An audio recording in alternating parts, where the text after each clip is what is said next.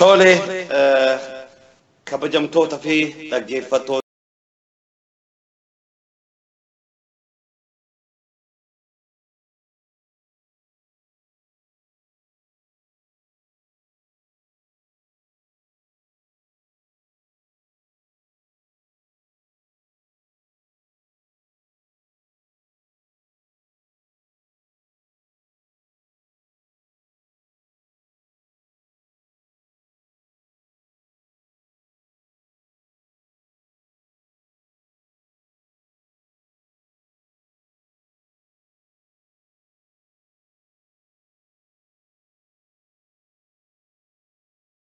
kennaa mallattoo nuu kennaa.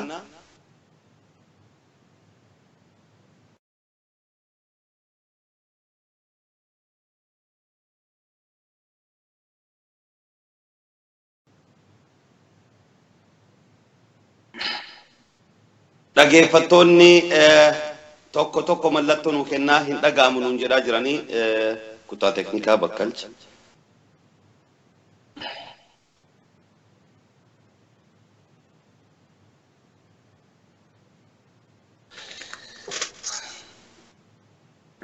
Kabajamtoota fi dhaggeeffattoota hordoftoota raadiyoo daandii haqaa kan toora kanaadhaan nu hordofaa jirtan hawaasa keenyaa kabajamaa fi jaalatamaa.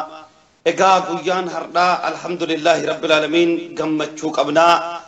Egaa rabbiilleen argitee waan argitee isinii kenne irratti argitee galatoonfadhaa isinii dabala jedhe.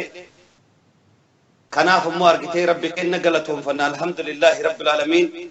Guyyaa har'aa hoggantoon Koongirees Federaalisti Oromoo obbo Baqqala Garbaa akkasumas obbo Gurmeessaa Ayyaanoo, obbo Addisuu Bulaalaa, obbo Dajanee Xaafaa, obbo Geetuu Gaarumaa, obbo Tasfaayee Liibanii fi obbo Bayyanaa Ruudaa himannaan isaanii addaan citee akka isaan hiikaman taasifamee jira. Egaa injifannoon kun guutumaa guututti injifannoo qeerrooti, injifannoo uummata keenyati. Uummanni keenya aarsaa qaqqaalii kaffalee, uummanni keenya wareegama lubbuu kaffalee keessattuu guyyoota as darban kana lamaan keessatti qeerroon keenya humni isaanii hamma ga'u, qeerroon keenya dandeettiin gahumsi isaanii hamma ga'u kan irratti agarsiisan. Gabaan lagannaa kun guutummaa Oromiyaa keessatti gaggeeffamee biyyattii san keessa sochii guutumaan guutuutti haala jedhamutti oggurri inni taasise qeerroon keenya injifannoo guutuudhaan argitee guyyaa har'aa gootota kana hiiksisanii jiranii kan hafanillee immoo irratti eeggannaa fedhii rabbiitiin gootota hedduutti mana hidhaa keessatti nurraa hafe kan akka Ustaaz Ahmeddiin Jabal, kan akka Aalima keenya Sheekh Jaylaan Adaanoo akkasumas Ustaaz Ahmed Mustafaa akkasumas obboleessa keenya Khalid Ibrahimii fi Muhammad Abaatee akkasumas obboleewwan keenya hedduu kan akka Olbaanaa Leellisaa lakkoofsaan tokko lama jennee kan xumuruu hin dandeenye gootota hedduutti ammallee mana hidhaa keessan nurraa hafanii. Egaa qabsoon jalqabame haga fiixa bahutti egaa uummanni Oromoo gaafiiwwan hedduu gaafate, gaafiin inni guddaan bilisummaadha. Mirga abbaa biyyummaa biyyoo fi keessatti ifiin of bulchuu haga argitee wantoota kana hunda tartiibadhaan gonfatutti qabsoon uummata keenya itti fufa. Egaa gammachuu guddattuu nutti dhagaamee hedduu gammannee jirra. Egaa gammachuu kanaa fi akka hiikamuu hidhamtoota Koongirees Federaalisti Oromoo hoggantoota Koongirees Federaalisti Oromoo kana ilaalchise adeemsa mormii lagannaa gabaa Oromiyaa guutuu keessatti gaggeeffamaa ture ilaalchise. Hayyoota lama guyyaa har'aa qabannee isiniif dhiyaannee jira.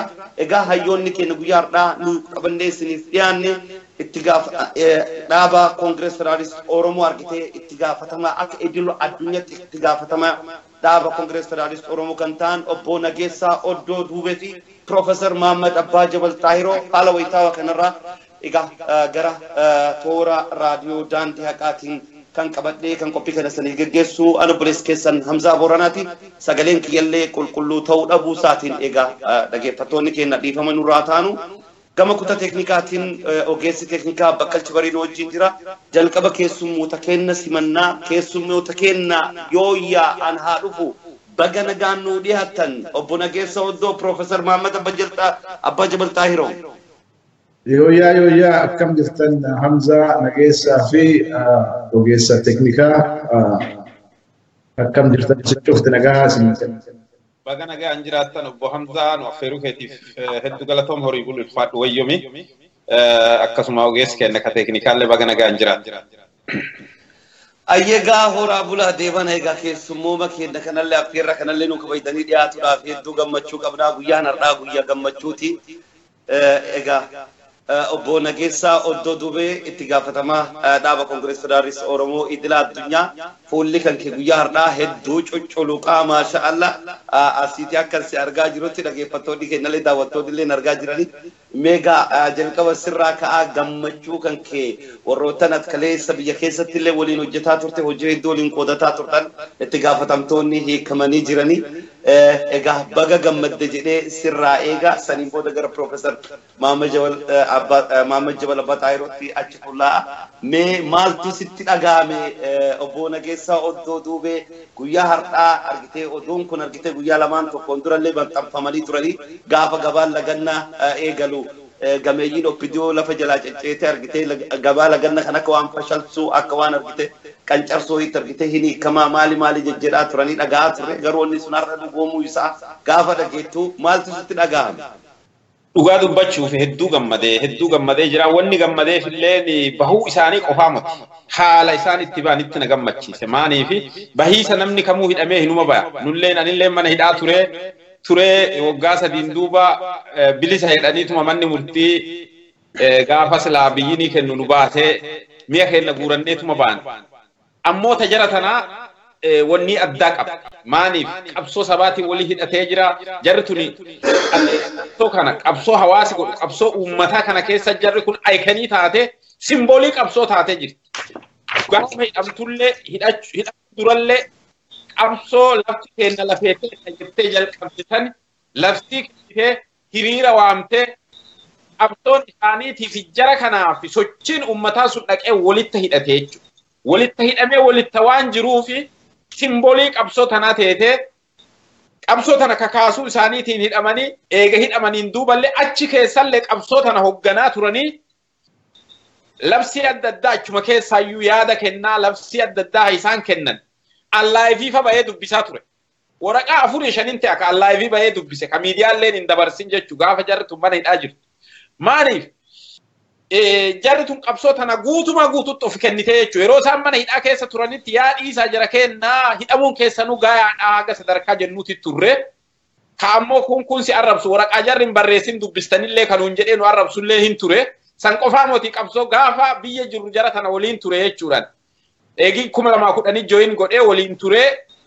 akka isaan dhugaadhaan waan kana hojjetan waan dhaggeef eega biyya alaa kana dhufeen duuballee waanuma san itti cichee wanni godhu jalqabe nami kenna kun gizee takka waan hafuur garma qilleensi dhawgula deema gizee takka hin ooqa gizee takka hin qabbanaa yeroo amma kana nam hunduu ooqe gaafa wahidhamanii wanni hunduu harkaa fashaltommoo nami qabbanaa'eetima wanni jedhammoo yeroo nami qabbanaa'ellee qabbanaa'uu dinneetuma tattaaffachaa turre tanaafuu amma maalti na dhagamaa jechuun waan sirrii jedhee yaadu yeroo hundumaayyuu sagalee jara tanaa ta'uufi takkaa duubatti hin deebine yeroo wanni hundinuu harkaa qabbanootetti hacaaluun immoo sirba san gadhoosee wanni sun deebitee sochii uummataa deebistee kaastee yeroo qabbanoottus yeroo qabbanaayinis yeroo ooqites yeroo qabbanootullee waan danda'u cufaan of kennee darbachaatuma ture jechuudha akka nama biyya alaa tureetitti kanaafi hedduutti gammade obbo Hamza.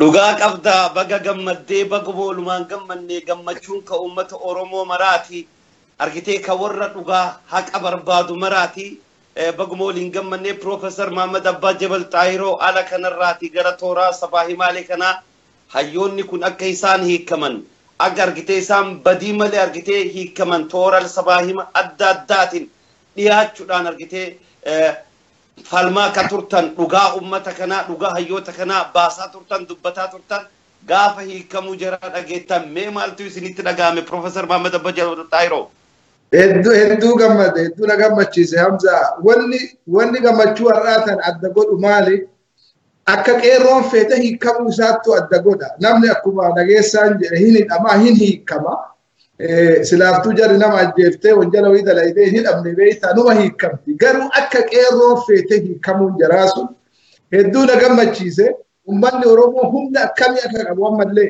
humna isaa ufitti illee garsiise ummata birootitti illee mul'ise Oromoon humna jabaa qabdi dubartii biyyatee naatti duriyoo sirbitu maal jetti beeytaa hashufee laganaa situfee haynikee haganaa jedhanii beeytaa waan tokko waan ati guddaa seetu tokko wayta humna kee kana underestimate gooteeti adversary kee diinni kee guddaa waan sirra humna qabu wayisi fakkaachuu mala wayta beeytaa garuu humna kee yoo ati gartu humna akkamii akka qabdu yoo uf agarte ammootu adaa akkanaa jettee gartee uf duuba deebitee humna kee illee hagam akka jabaa taate humna diinaa illee ka ati jabaasee turte suni hedduu sirra jabaa akkan taane ufitti illee mul'iftee jaratti illee mul'iftee jechaadha kun ajaa'ibuma kaleessuma ummata kana jarrituun hin hiitu jennee haasawuu turre arra ammootu yoo akkana dhiibbaa qeerroo guyyama lamatti albaatee jara tana cufa gadhiisuunis waan hedduu waan nama gammachiisu tokko wanti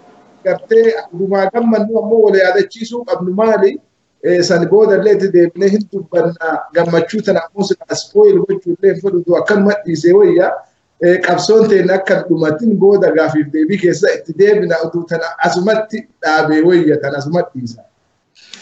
Hedduu galatooma Profeesar Mahammad Abbaa Jabal Taahiroo qabxiiwwan hedduu booda irratti ni kaafna gammachuun kunini gammachuu gurguddaadha. Egaa ummanni keenya aarsaa guddaa kafaleetidha kan injifannoo kana dhandhamaa jiru. Egaa wanni amma adeemsa amma ummanni keenya deemaa jiru kana keessatti waan hedduutu nu hafa. Argitee waan argatan immoo galatoonfachuun akka jirutti wanni kun jalqabbiidha. Waan hedduun nu hafa waan hafan kanallee immoo duranatti argitanii finiinsanii itti fufuudhaaf qabsoon kun bifa amma tasgabbii qabuuf bifa argitee wal hubannoo qabuuf ka tarsiimoon masakam ka qabsoon amma qeerroon geggeessaa jirtu kan keessattuu ka guyyoota lamaa kun diddaan mormii gabaa lagannaa guutummaa Oromiyaa keessatti haala jedhamuun gaggeeffamaa ture kun mormiiwwan kanaan dura turanirraati wantoonni isaan adda saasan hedduutu jira keessattuu guutumaa guututti yeroo neetworkiin biyyattii keessatti oggurame hedduu sodaa qabna turre neetworkiin jiraachuu dhaboo jiidhaan uummanni akkamiin wal hubataa wanni jedhu kun hedduu nama sodaachisaa ture mee kanaan wal qabsiisiti nageessaa milkaa'inaa mormiiwwan kanaa kan qabxi amma hidhamtoota siyaasaa kana booda irratti itti dhufna milkaa'inna isaa irraatii haa ilaallu mee qabxii kaafnee obbo Nageessaa Oddoo. Maal seeta as keessatti waan lama irratti kaasuu fedha duraan dursee waanuma amma gammachuutiin wal qabatee haala hiikama isaanii kanarra waan tokko dabaluu fedha. Wannan dabaluu fedhu maani jarri kuni akkuma hidhamtoota biraa mana hidhaa turan. Hidhamtoonni siyaasaalleen isaan qofaa moti. Dr. Mararaan falleen manuu hidhaa ture bahe. Mana murtii irra dubbataatuma turanii yaada fi ibsataatuma ture Dr. Mararaan akka nama yakkan ta'in akka jireenya isaa guutaa mirga uummata biyya saniitii akka qabsaawaa turee fi waan kana dubbataa ture. Wanni xiqqoo adda godhe jara tana jara har'a baate tan mana murtii san keessatti haga dandeettetti abbootii seeraa ka jarri achi keete sanillee akka isaan abbootii seeraan ta'in gadi buusanii gadi salphisanii faaruu irra faarfatanii gaafa biraa immoo ol ka'uu fi didanii diddaa silaa nami ala godhu achumattuu godhanii jechuudha. Sanfa'aan uggurtiyyuu ka jedhan ammoo sochiin qeerroon godhe humnaa ol. Mootummaa san humnaa olitti ta'uu isaatiin akkuma amma Dr. Mahammad Abbaa Jabal jedhe kana dirqamtee gadhiiste jechuudha jara tana. Even maal jedhaa turanii ji'oota jaha yeroo adda addaatti murteessan sanu defiyaansi addaa jechuudha. Defiyaansi jedhaniin waan amma seera sirni tokko baafate seera mootummaan tokko baafate tokko ati diddu jechuudha. Diddaa bifa addaatiin harka jaraalle ta'anii gootummaadhaan guutumaa guutuun lubbuu fi adoo hambifatin jechuudha. Adoo lubbuu fi hin sassatin lubbuu fi dabarsanii kennan jechuudha. Yoo ajjeefamnullee harka diinaa adoo jiranu melaalaas harka diinaa adoo jiranu diina harka isaan qabu kana watakkattuu laakka'uu didatanii namni kun harka isaanii jirraa nujjeessan adoon jedhin waan kana nu godhan adoon jedhin waan fedhan haa fidanii jedhanii achi keessatti yeroo adda addaa wayaa adda addaa uffataa ka bahaa turan mana murtii san irra ka argisse bakka hundattu jechuudha. Jireenya isaanii guutaa wanni godhuun isaanii suni fi haala kanaan immoo qeerroon dirqisiisee isaan baasuun kun tokko sadarkaa bilchina ummanni keenya irra ga'e. Lammeessoo sadarkaa tokkummaa ummanni keenya irra ga'e. Sadarkaa wal dhageettii ummati keenya irra ga'e. Inni kun implikeeshiniin isaa maali? Maaltu dudda duuba jira? Borummoo waan fedhe bifa kanaan gaafatee gaffiduu danda'a. Waan kana cacaalu guddaayyuu gaffiduu akka danda'u. Isa kanaaf wanni lama contribute gootee jirti. Wanni lama gumaacha guddaa kennitee jirti. Wanni lama ka gumaacha guddaa kenne maali? Tokko sababa wayyaanee yeroo adda addaatiin saboota walitti buusuudhaaf yaaltu. Isii yeroo adda addaatiin saba walitti buusuudhaaf amma yoo argitee jiraatte gara Iluu Baaboraa sanitti saba walitti buustee turte Amaaraa fi Oromoo. Naannoo Sumaaleetii akka Oromoon buqqa'u gootee turte. Isiin akka Oromoon buqqa'u gaafa gootu uummanni sun yoo Sumaalee Oromoo miliyoona tokko buqqaatee yoo dhufte Oromoon ammoo waan isa keessa jiru hin fixa yookaan addunyaatti garsiisifnee kunoo jenoosaaydiin uumame jennee nuufi karaa nuu banaa nuttu nagaa buusu jira malee uummati wal fixe jennee Oromoo sitti maqaa balleessinaa jedhanii karoorfatanii kana hunda godhan. Sabi keenya garuu bilchaatee bilchinaan caalee harkaa fashalsee uummata isaa ka buqqa'e fudhatee uummata biraa ka isa keessa jiruun tun inni kun addunyaaf ergaa dabarse. Wayyaanee harkaa fashalte. Hawaasi biraa ka Oromoo keessa jiraatu saboonni sablammoonni biraa ka Oromoo keessa jiraatu maal horatan? Konfidensii Oromoo. Sabi kun warra isa fixeeyyuu hin tunne kanaafuu amma achi waan nun tuquu nu waliin jiraa xiyyeeffannaan isaa cunqursaa abbaa irree wayyaanee qofarratti xiyyeeffateera ka jedhu uummanni sabi Oromiyaa keessa jiru hundi isaanii hubate. OBN nu hiika hin dhageennaa jedhan uummanni Finfinnee keessa jiru. Halammeessa contributionin OPDOlleen keessa jirti. Contributionin OPDO yoo jedhu maal jechuudha? Saboota biraa wajjin nagaa uumuu irratti dhaamsi isaan dabarsaa turan. Baahirdaar dhaqan sun Baahirdaar qofaa miti. Sadarkaa yaadaatitti dhaamsa babbareeda miidiyaa saniinis wanni siyaasaa xiqqeessanii wanni isaa hojjetanii jira. Kana jechuun KFO'n yaada san duraanuu promote godhaa ture. Dalleen utajaarti jarri kun saboota biraa waliin haa hojjennu walitti dhufeenna haa yonni jennu xiyyeeffannaan keenya sirna tokkocha callaarraa haa ta'u divide and rule policy wayyaanee jedhaa Dr. Mararaa waggaa 20 dubbataa ture nami hubanne garuu amma garuu qabatamaan hujii jaraa ummati hubatuun isaa kun contributionii guddaa yookaan gumaacha guddaa qabsoo kanaa godhee jira. Inni lammeessoo maal? Qabsoo kanaaf ka gumaacha godhe. Ciminna qeerroo, wal dhage'iinsa qeerroo, achi immoo sabni keenya karaa adda addaatiin ergaa dabartu tokkummaadhaan hujiirra oolchuu danda'uun isaa qabsoon tun bifa kanaan akka finiintu gumaacha guddaa godhe. Ka biraa immoo maal? Wanni tokko ka karoorfame maaltu ture? Amma waadaa gallee fi kana waadaa gallee fi hidhamaan hin hiikama jenne maal goone kanaafuu Oromoon nu eegata suuta jedhaa hiikaa yeroo bitannee nuutillee hagasii of jaarraa karoora jarri jettee silaa bifa saniin deemte kaan uummati yeroo xiqqoo eegee ilaale. Yeroo xiqqoo eegee ilaale akka isaan dubbii tana tapha siyaasaa taphachaa jiran arginaan hin baastan jedhee hudhe jechuudha. Uummati hudhee jennaan hin baanyennaa akkaan buturuqi godhanii lafa buusan.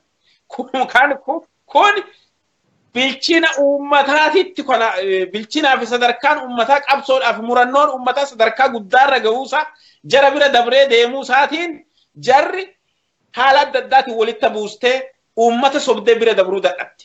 Uummata sobdee bira dabruu dadhabde neetwoorkiillee kuttee waan adda addaallee gootee hin dandeenye. Gama biraatiin immoo gaheen keessanillee salphaa moti Hamza gaheen miidiyaa akka keessanii ka OMN ka miidiyaa biraallee sabni waanuma cufaanuu caalee dhufe amma duraan wal arrabsu miidiyoota adda addaa keessa fakkeenya kompitiishinii fakkaata miidiyaa akka isaatiifaa fi akka ka OMN haa ta'uu ka biraa xiqqoo dubbii wal tuttuqu ture wanni sun hin hafte amma namni walirra bira dabre waan san bu'aan eessa akka jiru hubate jechuudha kun hundinuu qabsoo kanaaf gumaacha guddaa kenne uummanni qaamaan adoon ta'in yaadaan niyaan uummata niyaa qabsoo keessa seenee jechuudha kun maan godhee akka qabsoon tun gara cufaan milkootu gumaacha guddaa godhe jechuudha.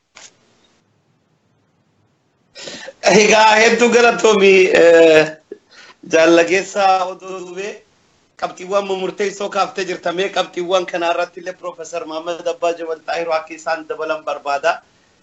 Qabsoon uummataa hudhee isaan qabee jennaan akkuma obbo Nageessoon jedhe gadhiisuudhaaf dirqaman fakkeenyaa wanni isaan dubbataa turan waan bar guyyuma dheengaddaa guyyuma kaleessaa argitee himannaan argitee dhaddacha mana murtii jeequudhaan waggaa baatii jaajaa yeroo lama jechuun waggaa tokko guutuu adabbii waan isaan irra jiruuf wanni kun argitee ilaallamee pirezidaantii biyyatti biratti dhaqee mallatteeffamee jedhanii waan hedduu dhiyeessaa turanii wanni sun dirqamsiisee gara gulantaa guyyuma tokko keessatti hiiksisuudhaaf waan isaan dirqisiise takkattu jira. Mee wannaan immoo Profeesar Reefullee qabxii kana nageessaa gaafadhee jira sanumirraa wal qabsiisati. Qabsoon haala jabaa amma keessattuu uggurri adda addaa yeroo jiru kanatti neetworkiin bakka hin jirretti qeerroo waliigalteen akka guutuu Oromiyaatti isaan taasisan. Akka guutuu Oromiyaatti fudhanii qabuun isaanii kun waan kan injifannoowwan kan bifa kamiidhaan xiinxaltan. Uduka qeerroon dubbatin dura daameejii inni mootummaa irratti fide xiqqoo irraa dubbachuu fedha. Nama mootummaan nama tokko dhiifama godhuu danda'a. Biyya kanallee jira seera Ameerikaa keessatti, konstituushinii Ameerikaa keessatti. Pirezidentiin Ameerikaa nama fedhe nama itti murtaa'ellee dhiifama godhuufii hin danda'a. Garuu nama cufaa tokko tokkoon keeziin isaa qoratameeti. Maaliif? Namu keeziin isaa peculiar jechaan garagara. Namni tokko hatee hidhama, namni tokko raaketiiriin, namni kun ammoo waan biroo dalagee waan hidhamuuf. Keeziin nama cufaatu garagara waan ta'eef. Keezii nama kana cufaatu qoratanii achi booda pirezidantiin nama fedhee dhiifama godhaa. Kuni waan beekamu tokko. Mee waan biyya keenyatti ta'e haalaan asiin dura uummata kana gadhiisaadhanii kadhatanii dadhaban. Baqqalaa fa'aa, Dr. Mararaa fa'aa warra kaan kan maqaa beeynuuf kan maqaa hin beeyne nama hedduu jira namni ammallee mana hidhaatii hafa. Booda irra maal goote jarri? Waan hedduutu ta'e. Waan hedduu ta'e keessaa tokko maali? Duraan maaliif uummata kana hiite ka jedhu duraan haa dubbanne. Jarri duraan uummata kana ka hiiteef uummata kana doorsistee uummata kana hiitee keessaa nama deemuun hiitee kaan ammoo ajjeeftee uummata sodaachisu intimideet gochuudha. Jarri bar nama hiite kanaa miti dubbiin uummata alaggat hafe kana sodaachisuuf nama hiite. So maal ta'e amma namni sodaachuu dide eega nama hiitee namni si sodaachuu dide wannummaan ati nama hiituu buun hafne jechaa. So akkanatti amma jimlaan nama gadhiisuun isii maal mul'isa? Duraanuu waan isiin waakkattu waan addunyaan itti beektu nama wanni isiin hiituuf ilaalcha isaatiif akka ta'e kuni ragaa tokko jecha. Amma irra nama hagasii gadhiifte buru ammoo nama dhibbaallaa kamu gadhiisuuf deemti jedhan. Uummanni kun cuftuu keeziin isaa wal fakkaata jecha. Maali keeziin isaa?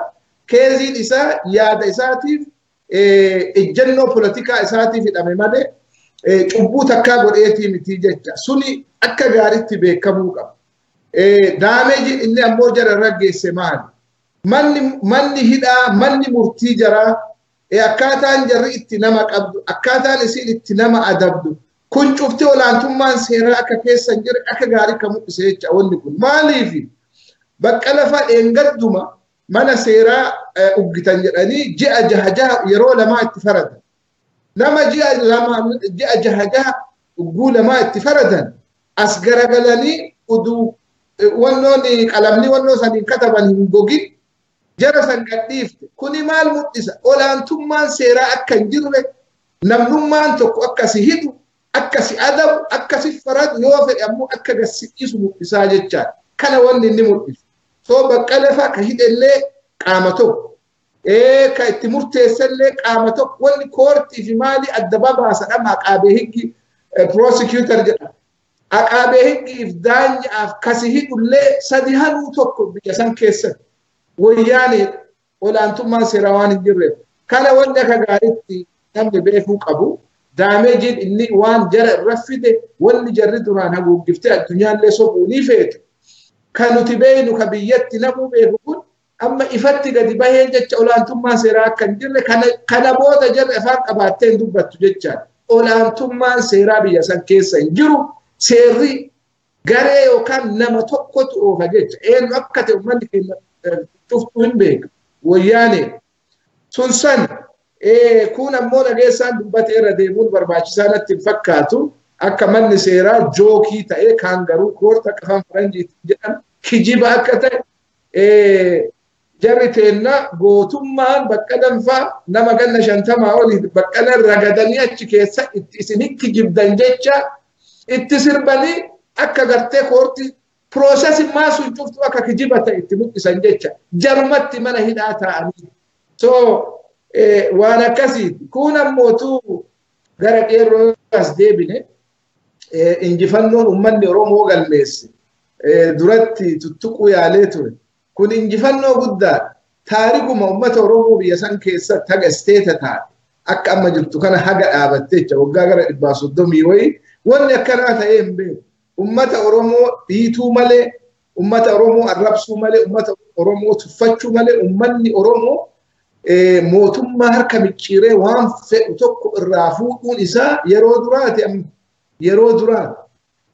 kuni maal mul'isa humna ummata Oromoo mul'isa humna qeerroo mul'isa ummanni ammoo mootummaa ta'ee mootummaan deemu humna akka hin qabne yoo itti ka'e ummanni Oromoo gara ikoonomiitiin gara ji'oogiraafiitiin strategically lafti isaa gara cufaan gartee important akka taate biyya san keessatti Oromoon utubaa akka taate akkuma jedhamu waan kana cufaa Oromoon ufilleetti mul'iftee ambatti illee kan mul'ifte amma televizyiina maqaa dha'uun barbaachisaa natti hin fakkaatu OMN miti kaasinuu hin beektanii kan biyya alaa kanaa dabru caqasuu ture irra achi irratti waan jarri haasoftu yoo argitan akka gartee paradigm shiftiin akka dhufaa jiru ilaalchi Oromoo irra namni qabu akka jijjiiramu jiru Oromoon jabaa ta'ee jabaa namuu jabaa laala jabaarraa waa barata so waan ajaa'ibaatu deemu jira hedduu nama gammachiisa garuu akkuma duratti illee tuttuquu yaale Oromoon nama duraanuu seera malee hidhame hidhaa baasuu miti kaayoonis Baqqalan faa duraanuu kan seera malee hidhamanii hidhaa ba'uu jiraa odumaa itti gammannu bakki nu deemu ammootu ganaa fagoo ta'uu isaallee wal yaadachiisuun barbaachisaa na fakkaata.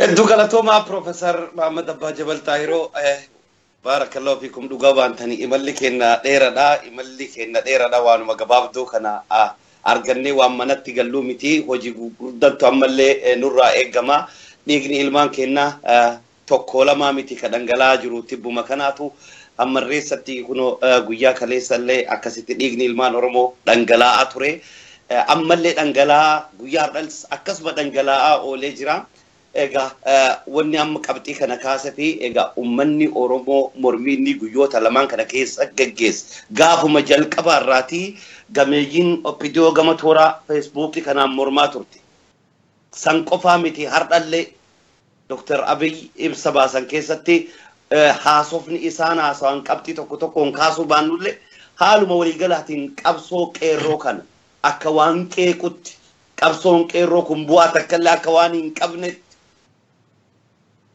akka qeerroon qabeenyuma balleessuudhaaf qofa argitee sochootutti wanni isaan biraa ammoo ka argitee ilmaan Oromoo ganda haadhaaf abbaa isaanii keessatti ajjeefaman dhiigni isaanii dhangalaa'u ka argitee Somaalee irraa buqqaafamanii dhufanii kaampii ammarreessa keessatti bakka argitee manni argitee gahan injirretti achitti dhiigni isaanii dhangalaa'u irraa hin dubbatanu konkolaataan salaam akkana gubate argitee manni wayyaanee tokko akkana gubate jedhanii waan qabeenya lallaafaa kanarraa har'as dubbataa jiran qabxii kanallee oofumurra quba qabaadhati irraati akka nu ibsitan barbaanna qabsoon ummanni gaggeessaa jiru akka oppidiyoon ibsa baaftu kanaadhaan haga amma dhiyoo kana ibsa baaftee fi ibsa warra wayyaanee wajjiidhaan guyyoo 18 teessee gabbaateedhas laamshoftee kolaafamtee argitee akka durillee hin dubbattu ammarreessatu waan namni kennatu kanaafumallee dubbataa hin jiran hagamma qahardas akkanuma egaa qabsoon qeerroon gaggeessaa jiru roga gara oppidiyoo kanaadhaan uggurri irra kaa'amaa ture garuu injifannoon guddaan kuno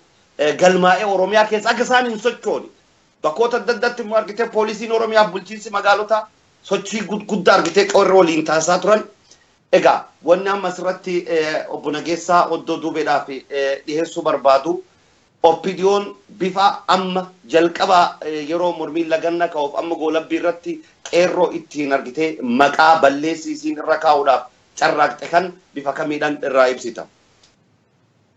Okay, duraan dursee gama kanaan wanni dhaamuu barbaadu tokko maali?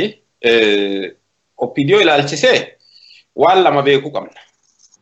Inni illee tokkoffaa OPDO'n haga ammaallee ta'etu qaama warra nama ajjeesuu san, qaamuma warra nama hidhuu san, qaamuma warra biyya saamuu san, jaarmiyaa waliin qaban, waliin biyya bulchaa jiran, sadarkaa naannooti OPDO bulcha. Salli hagam akkasiin amma dhuunfatteertu hin beeknu. Achillee keessa ta'etu humni tikaa, humni adda addaa makkalakayaan seenee akka fedhe godha.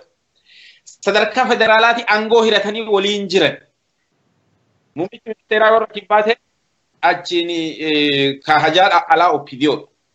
Sheerii godhatanii bulanii, istirateejii waliin baafatanii, sagantaa waliin baafatanii akka waan OPDO'n jaarmiyaa ihaadigi ala jirtuutitti laaluun dogongoraa inni haa dhaabatuuti. Isaan jara waliyyennaa dhaqanii mari'atan. Yoo kanan godhin uummanni nutti ta'a. Yoo kanan godhin akkana keena. Dhaaba keenya baraarsuudhaaf kana haa goonu jedhee warra biraa amansiisaniitu hojjetan malee akka qeerroo, akka anaafisii, akka nu'uu bilisa taanee qabsoofnu kana bilisaa miti jarri kun. Jarri kun garaan isaanii, onneen isaanii yoo saballee jaalatan qaama sirna saniiti. Badii sirni sun godhu walumaan sheerii godhan. Waan gaarii sirni sun yoo godhullee ta'e walumaan achi keessaa bayaniin jiran. Namni keenya dogoggorri inni raawwatu. Akka waan jarri kun qaama achi keessaa bayee jiru waanuma tokko ka isaan yaada jara faallessu dubbatan sani akka waan jarri achi keessaa baate, ihaadigi keessaa baate, mormituu teete, akka waan jarri bilisa taate ka odeeffamu. Dogoggora kana wal dogongorsiisuu hin qabnu. Jarri qaama sirna saniiti. Haga qaama san keessaa bahanii amma waan tokko godhuu hin dandeenye.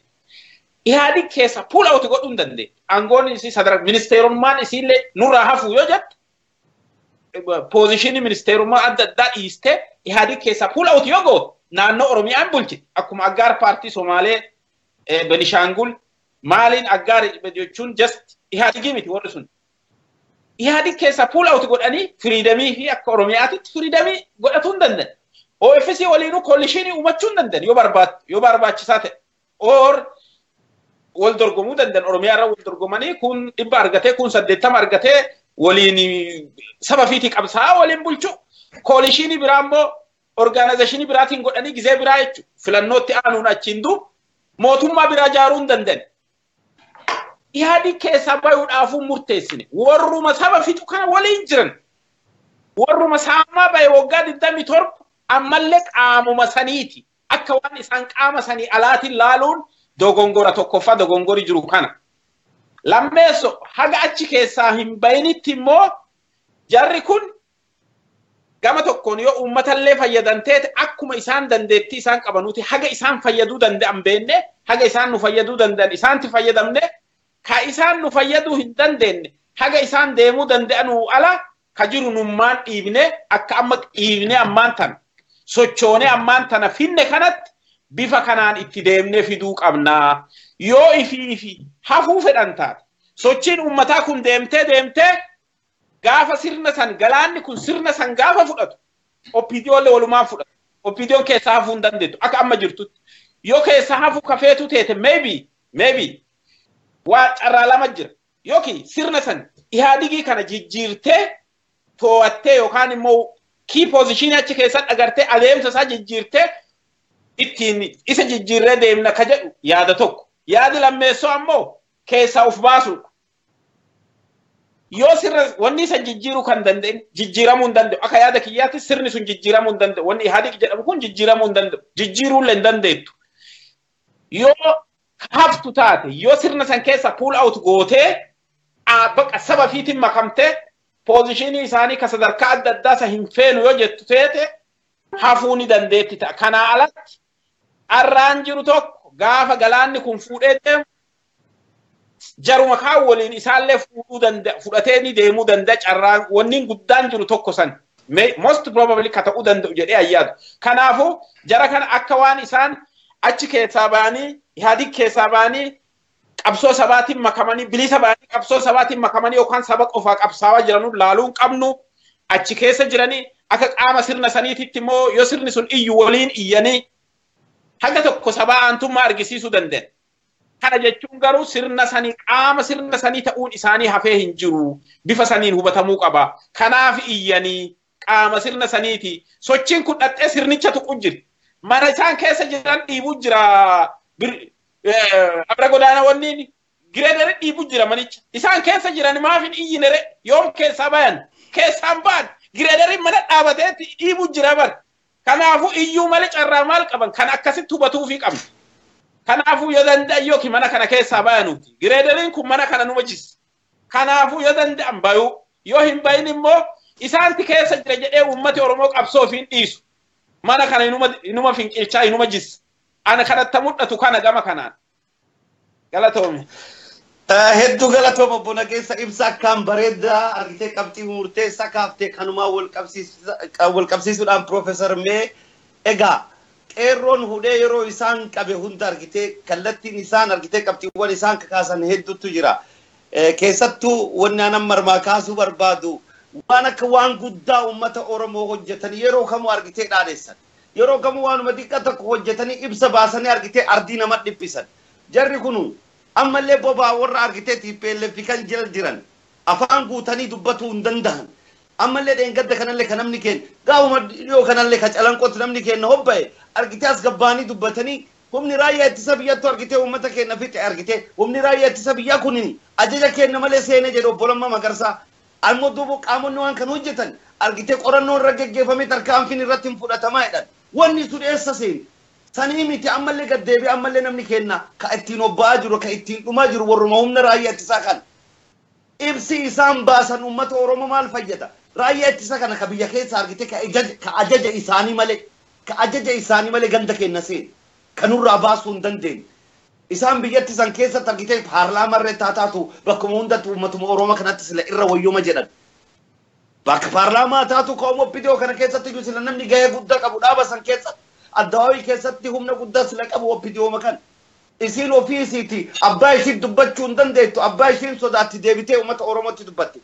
gaafa qeerroon hudhee muddee isaan qabe akkuma kun obbo Nageessaan ibsaa jiru kanatti isii qoosa akkana kan ka jechaaf gochi waliin fakkaan ka walitti hin jirre kun oppidiyoo baasuu danda'a ammaan booda qeerroon kanaan durallee isaan eege hidhamtoota hayyoota kenna nu hiika gaafa isaan hin jedhu nu federaala argitee hidhamtoota kana federaalatti hidhe nu hiikuu hin dandeenyu nu warra naannoo ta'edhan argitanii qeerroo naannoo irraa hidhan qofa hiikaa turan har'a maaltu argame nuttu kanarratti hojjete jedhanii ka'aasii gabbahanii dubbataa jiran haaluma waliigalaatiin qoosni isaan qoosaa jiran kan ka humni raayyaa ittisa biyya ganamaa galgala ajaja isaanii malee ganda keessa seenee Oromoo fixaa jiru kan ka isaallee irraa hin balfine hin mormine haala kanaan uummata Oromoo waliin tarkaanfatanii deemu gahumsa qabanii oppidiyoon tun ammaan booda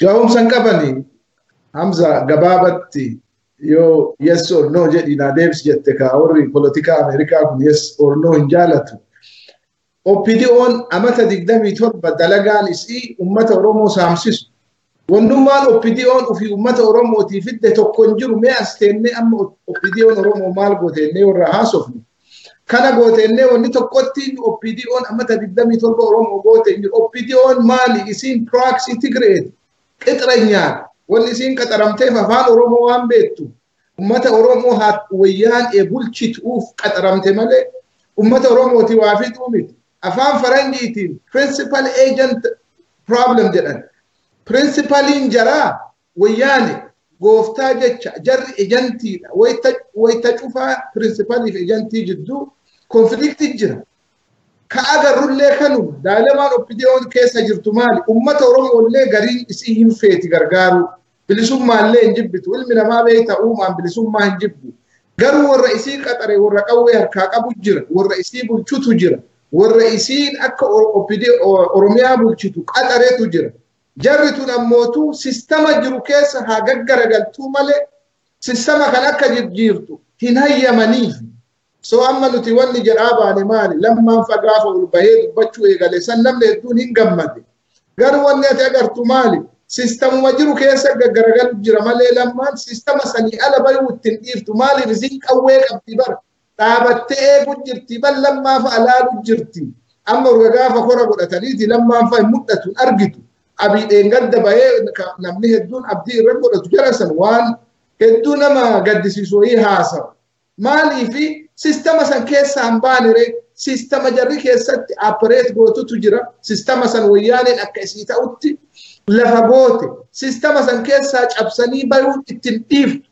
so wanni OPDO'n ummata Oromooti fiduu dandeettu sistema san keessa jijjiirraa finnaa haasaa yoo ta'e malee sistema san jijjiiruu hin dandeettu jarrillee ittiin dhiiftu structure bar olaantummaa wayyaanee hin jira yoo jennu bar namarraa haasawutti hin jirru bar structure irraa haasofnu structure kun sistemni kun seerri kun kasiin lafa kaa'atte kasii gargaaru kasii biyya saamsisu kasiin akka feetetti biyya san olii gad ooftu malee ka Oromoo bilisoomsuu danda'u Oromoo empower godhuu miti maaliif Oromoo empower godhuuf biyya san ammoo wayyaaneen kophaa isii bulchuu waan waliin deemuu miti kanaafuu OPDO irraa maal eena yoo ati jette amata 27 jarri Oromaan fin ammallee waa finnaa jetti gaafiin bar yoom waa fiddi ka jedhu bar amma booda yoom jartu waa fiduu dandeetti yoom proosesumatti amata 27 prooses irra jirti ummanni Oromoo amma maal fedha outcome fedha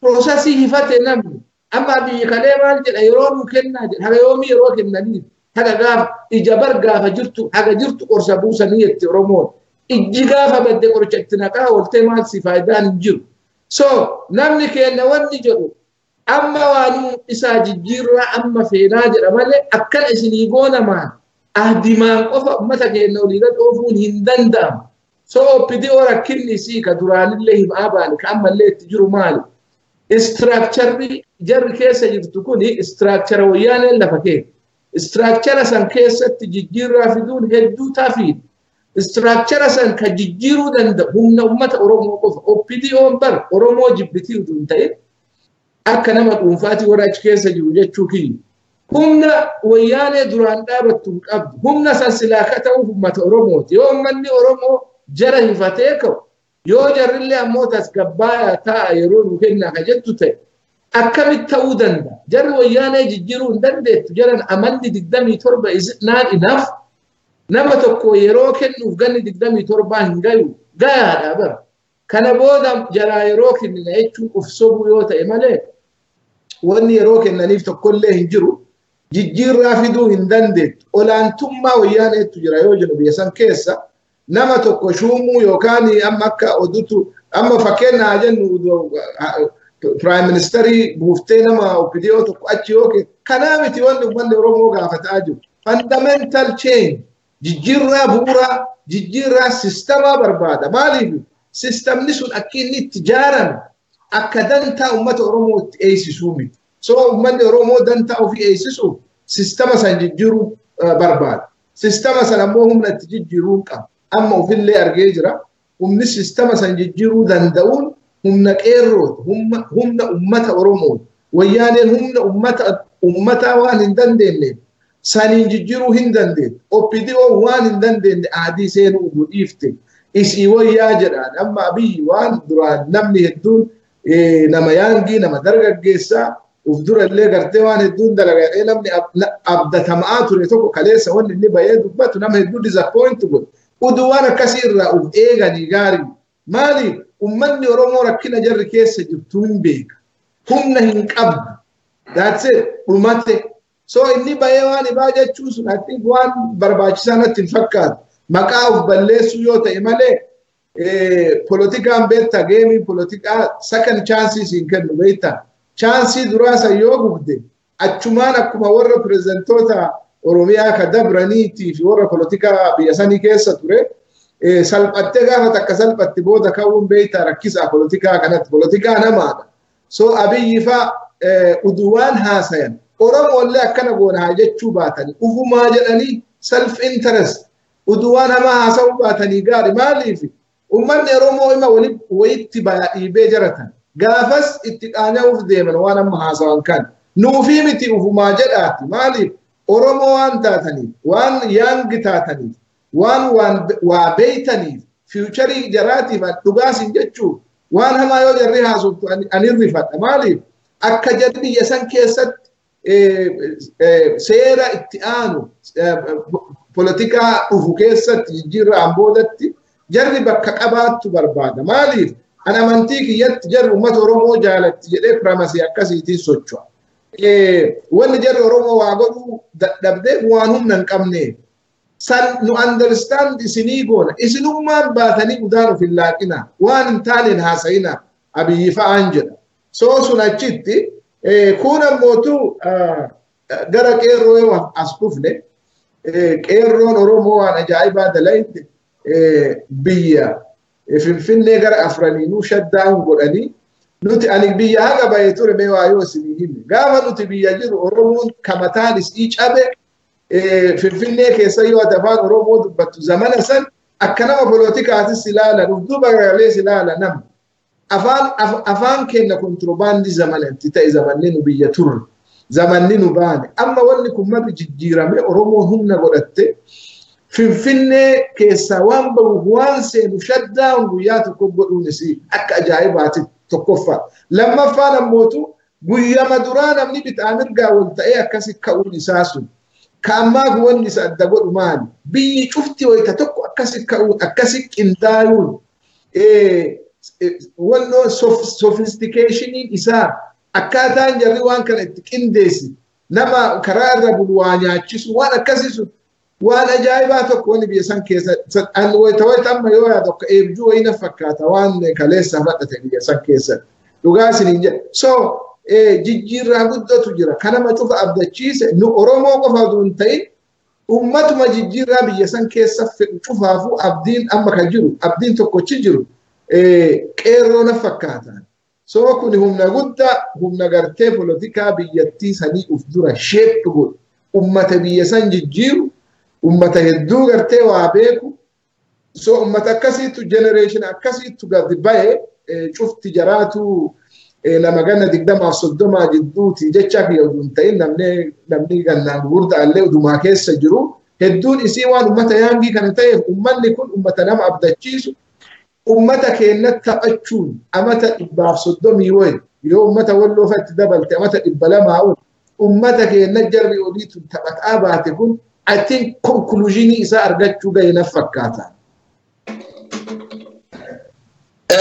Heddu galatoma Professor Qabxiiwwan murteessoo kaaftanii egaa obbo Nageessaa Oddoo Duubee meega makan keetitti yoo as deebi'u qabxiidhaan kaasuu barbaadu jaarran silaaftu ammaan booda waliin qoosaa qeerroon qoosaa qabsoo wareegama meeqatti kaffalametti qoosaa itti deemamu akka waan dhaabbatee fakkaata obsilleen hamma qaba daangaa qaba wanni gaafachuu barbaadnu tibba kana keessatti ibsasaan baasan keessatti opiniyoon argitee dhaabota siyaasaa birallee wajjiidhaan wal mari'annee waan uummata keenya fayyadu duratti tarkaanfachiisuuf waliin hojjenna jedhan kun waan argitee akkaan dansaat garuu wanni kan argitee waan isaan danda'anii waan isaan itti humna qabanii waan humni itti hin qabne immoo mawaadaa galan waan kanaan dur immoo humnuma itti qabanuutu tolchaa jiranii waan argitee kanaan duraatu ganda isaanii keessatti argitee TPLF ukkaamsitee isaan qabde tokko lama mini waan haasofne jenne sagantaa 2-3 ol irratti hojjetamuu ni danda'a ragaa wajjin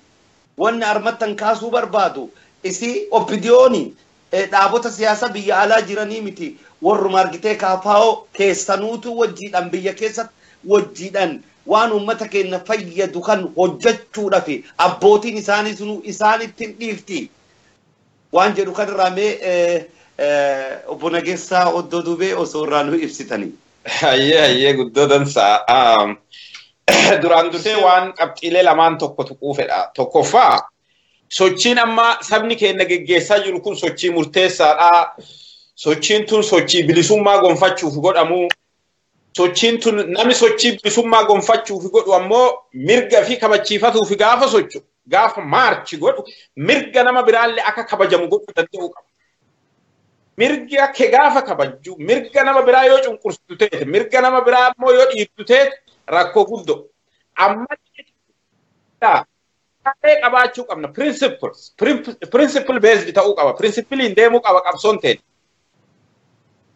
Mirga keenya kabachiifanna fakkeenya mirga afaan keenya yoo kabachiifannu ta'e mirga afaan biraa dhiibuu hin qabnu. Mirga kamuu keenya yoo kabachiifannu kabiraallee akka hin dhiibamne qabsaa'uu fi qabna jechuudha mirga namoota hundaafu wanniin keenya achirratti beekamuu qaba gudunfamuu qaba achirratti kana gaafa jedhu akkuma mirgi saba keenna gaafatu qabame sochoonu kana mirgi saba biraa gaafa kasaba biraatiif illee namoota mirga dhiibaman hundumaafu socho'uu qabna. Namoonni sun nama nu jaalannullee nama nu hin jaalanne nama nuti isaan hin jaalannellee ta'uu mala. Yaada isaanii jibbuu dandeenya. Namootuma yaada isaanii jibbinuyyuu yoo diinni yookaan ammoo mootummaan abbaa irree tokko mirga isaanii dhiibe. Waan inni jedhu hin jaaladhu garuu mirgi isaa addeessan mirga isaa dhiibuun keessirrii himatu jechuu danda'uu qabna malee baga dhiibanii kana hattuu kana jedhuu hin qabnu. Hattuullee ta'e yoo mirgi isaa dubbachuu danda'uu qabna. Diinni bakka mirgi isaa dhiibametti aboo namicha kana beeki haqa malee hin dabsanii mirga isaa dhiibanii jennee dubbachuu fi danda'uu qabna. Sun maal nu gooti gaafa biraa tumsa nulleef tumsa fiddi sadarkuma kamittuu diinni kennallee gaafa nu laalu maal godha. These are responsible ummata gaafatamummaa fudhatu ummata hegerillee biyyallee qabee bulchuu danda'u waan jedhu sammuu nama kamiituu keessatti diinilleen adoo sin jaalatin sammuu isaa keessa maaltu uumama jechuudha. Okay jarri kun jara jajjabduu ka jedhu sammuu isaa keessa uumama. Kana amma baqqalaan falleen ka hojjette. Mahatama Gaandiin Indiyaa keessa wanni inni hojjete guddoon maal uummanni hindi mooraal standardiin isaa wanni inni godhu aadaan isaa ummata British ka isa bulchu oli akka ta'u godhu. Sochii isaa keessa ummata kana barsiisee aadaa isaatiin akka ummanni sun aadaa fiitiin akka bulu naamusa akka qabaatu waan hundaan ummata naamusaan masakame akka ta'u godhu. Yoo ummanni British kasila isaan bulchu kun machaahee wal dhabu maal jedhu warri hindi hin machaa'u waliin lolu maaliin godhu waliin dhabu waliin himatu waan ofii productii ofii bitata. Ka British bitachuu didate jechuudha. Naamusaan masakame wal dhaga'ee wal jala deeme. British keessa sammuu isaanii keessa maaltu uumame? Okay, uummanni kun nu caalee ka jedhutti sammuu isaanii keessa uumame. Even uummata kamuu haa ta'u, sirna akkam bada'alle haa ta'u yoo ati naamusaan isa caalte, isaa walloleeyyuu kaate araarsitu yoo ta'e, akka ati isaa oliin fudhata jechuudha sammuu isaa keessatti gad-aantummaa irra dhaga'ama jechuudha. Kanaafuu nuyi waan cufaanuu beekumsaan adeemsi kenna adeemsa diinni kennallee akka nu kabaju godhu ta'uu qaba. Warra waliin galle dhiirsaaniitii wal loltu obboleeyyan wal aatu ollaan kaminuu hin kabaju. Kun waliyyuu hin taanee siin jedhan. Yoo ati ammoo ka wal dhageettu taate yoo ati ka wal kabaju ta'e istaandaardiin keetii isaanii ol yoo ta'e namni kamuu si kabaja. Mirga keetillee gaafa ati baatu sireessi si fudhatan. Warri kun waan jedhan godhaa. Akka amma qeerroon ka goote kana. Godhaa itti eedde torbaan tokko kennite. Godhuu didan hin tuffatanii. Qatti goote gama cufaa gaafa siin qabdu kunootteedhanii lafa buusan.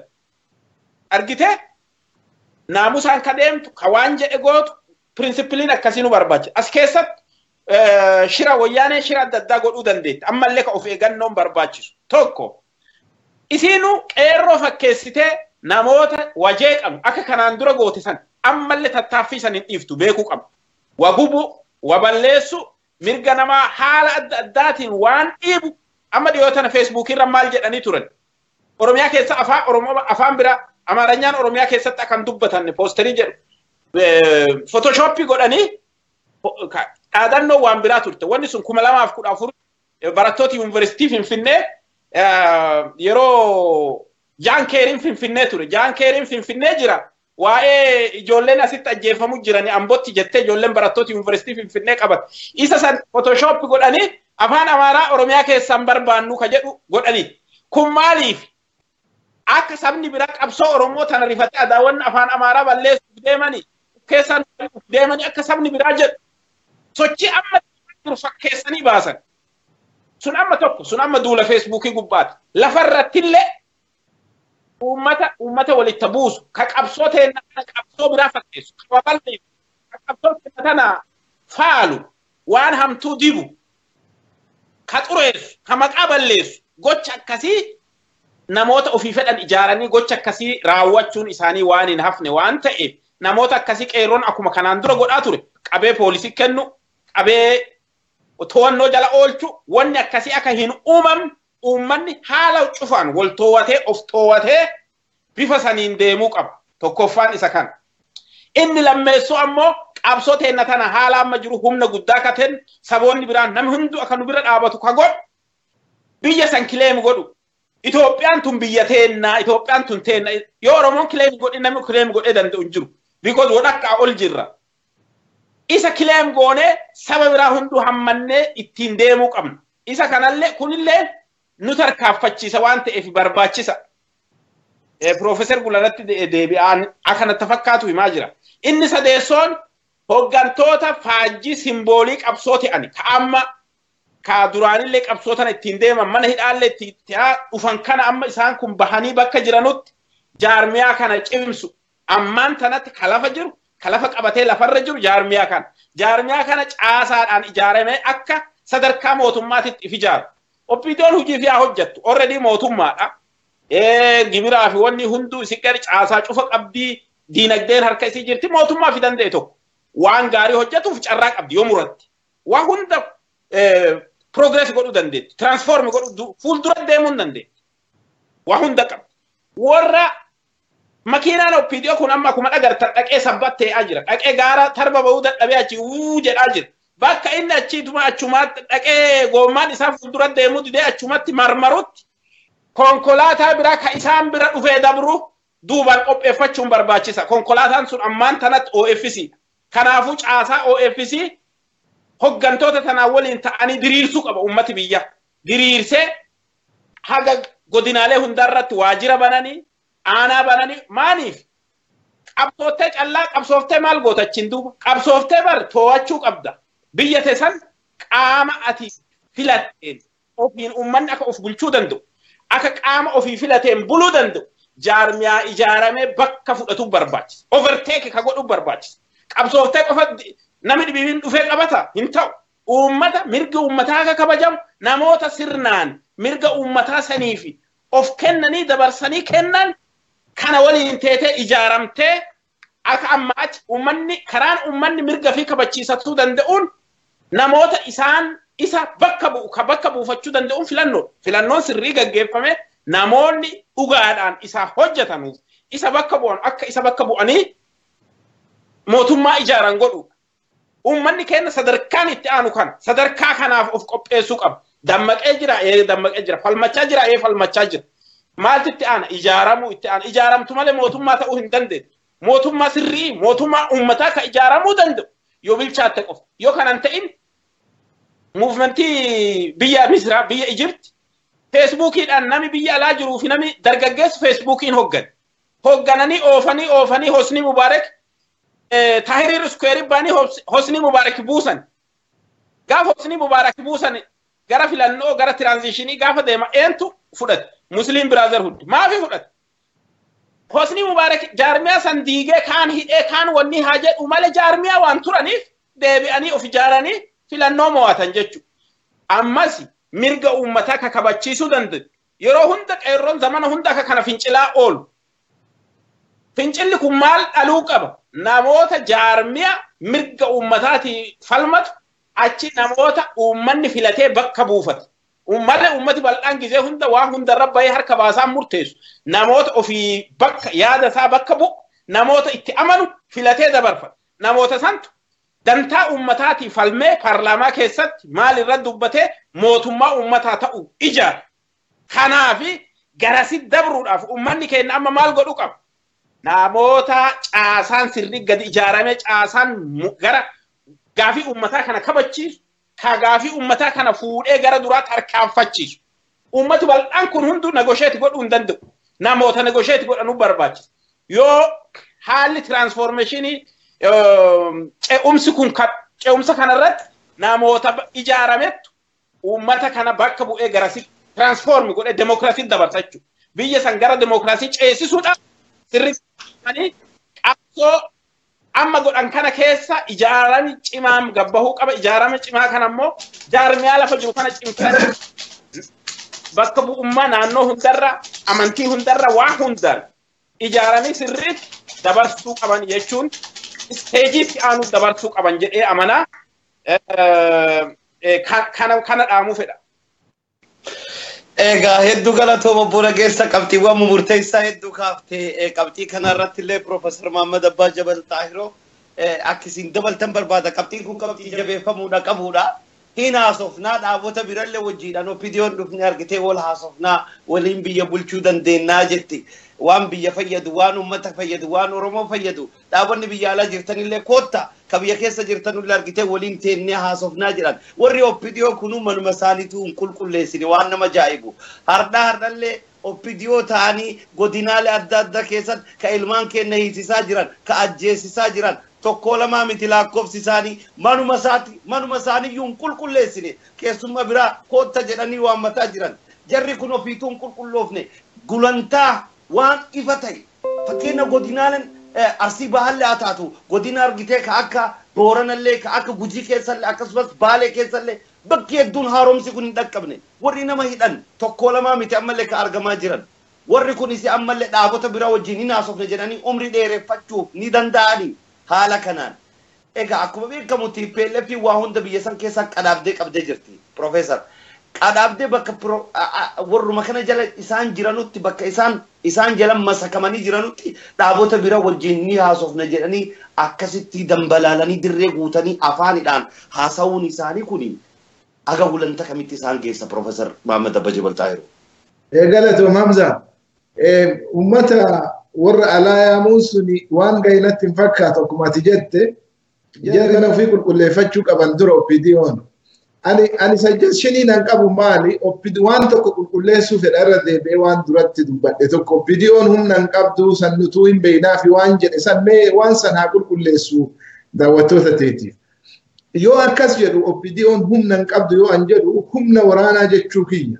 garuu paarlamaa keessatti gara nama 180 qabdi humna ol'aanaa qaba so anaga kiyyatti amma wanni mudhate maali wanni qeerroon garsiifte nama hidhuu wayyaanee fakka faayidaa hin qabne garsiifteerti wayyaanee so lammaffaa abiyyuun faa waan hidhaa waan jarri sodaattuuf waan jiru natti fakkaata therefore wanni jarri godhuu qabdu amma tokkoffa humna seerri biyyaa constitutioniin biyyaa sun kennuuf mirga san itti faayidayamu yoo mirga san wayyaaneen kara seera alaatiin ka dhoobbitu taate EPRDF keessa bayuuf qophaa'aa ta'uu qaban maaliif humna ummata Oromoo arganiiran wayyaanee agarte jarris argani ummanni Oromoo uf laalee jira amma yoo san godhan qofa kabajaa argachuu danda'ani mootummaa san keessatti opinion haga sun hin ta'initti seeruma jiru kana keessa gaggaragalla yoo jedhan woma takka hin bahani jara ummata Oromoo homaan godhan maaliif qabsoon ummata Oromoo itti fufu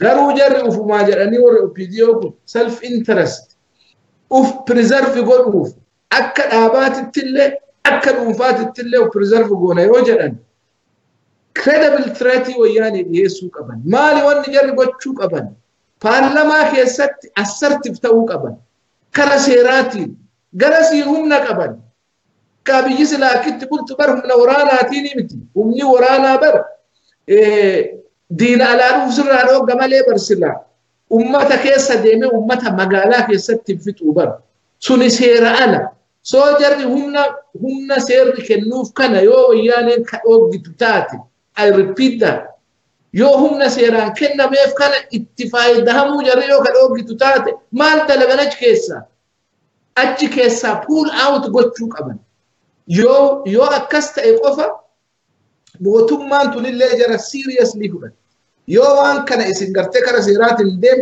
keessaa baana jechuudha waan kana so akkasi yoo deeman wayyaanee irraallee kabajaa horachuu hin dandeetti jarri hin sodaatina amma isin hidhani obbo Lammaaf obbo Abiyyi ummata hidhanuu gadhiisuu jiran maaliif karaa jarri wadde nama hiituuf ka alatti hafe haa sodaatuuf ummanni Oromoo sodaataa hin jiru ka duraan hiitee gallakkisuu jirti wanni isin sodaatan takkallee hin jirtu sun sani lammaffaa warra alaa kayaaman kana mee xiqqoo sallee irra deebee dubbadha obbo Hamza warra alaa kayaamtu bar yoo olaantummaan seeraa jiraate bar bakka olaantummaan seeraa hin jirretti namni alaashaan guuratee biyya galee maal dalaga yoo warra ofii ilaaluu fadhaqe malee jarri sin dalaysiiftu yoo ka haasa'uu feetuu bar ummata gaatu jira biyya ummata akka nama akka Baqqala Garbaa fa'a jira Dr. Mararaa Guddinaa fa'a jira yoo dhugamatti haasa'uu kafeetu wayyaaneen jaraammaan haasofne hiixatteetti nama biyya alaatti walloo kaayamtuu fi opinion إن بينهم نكسي إن قبدني أدبدا ركنك في داجر وقفتو تتيسني هكا قفتو اللي تيسن أدب قد أتوتي وانا كنا فاني أكسي نمباني كوني كوفلك آني يكون نما مليون شنتوا ودوبا قبطني نما مليون سديه سوداتني سنساني تونا موتو مالي واني جاتشو بربادي ورن OPD اوتن إرد الديبني مالي في importanti دا وان جرادو بچونكم بيتا مالي في أمتا تقدمي تربى بر جران نغادي يعني ورن نتباديات للني بيتا غادي بينا غادي كالونين غادي يعني علما so OPD او جاتشان غادي كان برام مؤمني سا الراهي كوفر غادي كان توما هيكمو دي دابري OPD اون غادي دا so wani jarre ka gari galu fi kabu mali wayta bar ajaiba da tarirum ummata oromo kajara le garte soda ke sabas kajara bilisum se kana hiriran baina jadan hayye hiriran banu tatana karman nu hasamani nu hafitani ujollen oromo ha udu qaben akasib yakena san kessa jiru namni ken ani wanna magadi tarika to dawatu zati himu barbada hamza غافا يمن لوليكا ايه سعودين قبا بومبي هرشافتو قدين ارتلر انما في التسال وجولين ايميلي نقوت وجولين رومو لغاسي انجرا همبو يغافتو مانا ويكي سنما هدو تاني مال تانا اكم تانا نمني وري موتو ما قبو شفتي حتى سومالين اللي رفتي ومتو فيها فتي نكلو اسي هفني اكنا ومتاجر الموتو ما قبلونا انجرا والله وانما قد دستوك واني انقوله هنجيرو ما القول افري انما توك اكا نما توكو لم اكا انفاتي غرغارون دن دي تبيتا بيغوتوي غرغارون دن داما وما واني انقوله شو دن دا ومنتر واني كان سينجتشو مالي بيتا اماني OPD اوكوني ركينا اماني ورمو اتجيرو كان ريالايز ولا ارغاني غلافيسي كون بيابقته gara Sudan sene achi riski hagami fudate gara biya Libya deme achi bishanit tare garin achi do wanna magadisu garin gammoji san kessa kuma malifi gofto tajaratu an kana bara oromo raddala so manni kun wan to koyoka yo hindan de ni bar tisu lillahi ngirti bar tiro wan to koyo hindan de ni bar badi agana du dalaga opsanila akabi opsanila lanisi hatani wan nyatani marri isiit war OPD kana kessa tu yo akam daddaban umin soromo kana lale garanjara dukku namni beeta ima nyatalle horille ima hata hingayu haga yomi la malike nakana yoduma amma mo finally fast forward 2018 namni kenna ittikae yo akana wayane hudu yeronu kenna yadan kuni is not acceptable وانا كان ديسو قبل قبسو امه اورومو تدبلم بر اسيندر اللي دبط يعني وبليانتيه جرتنا برنامج شفتا جرين نجرو اكا دور جنرال واقوفا اكا جارا ابا دافا غارق لان جنني بر سيرا كونستيتيوشن اسي كان سن درجه رولچ is it too much to ask سيرا كان تيمتي كبيتي بولد كان دلغا رولچ جنني كان يودا دبن مالوم اچي دلغن كان انغل لبا مال اچي دلغن نما كين هم الرئيسات انغد كسفتن كان علم قفتن نما مليون جد نما مليون اورومو المال اورومو مليون تكو بي اباي ثاني رت بقتا غدن كان مره دوار كان ريرم بينا جدن وان غدي بركم اكم هاتانو فدن so nonsense akkana kana isa oromon wan akkana tilamu patience qabat oromo jettani timiti wan haga amma argamelle hidamtota hidayate tanalle gidditti yaste oromon wan amma amboda argamulle oromon hifi bisumma fi oromon argat there is no doubt it's just a matter of time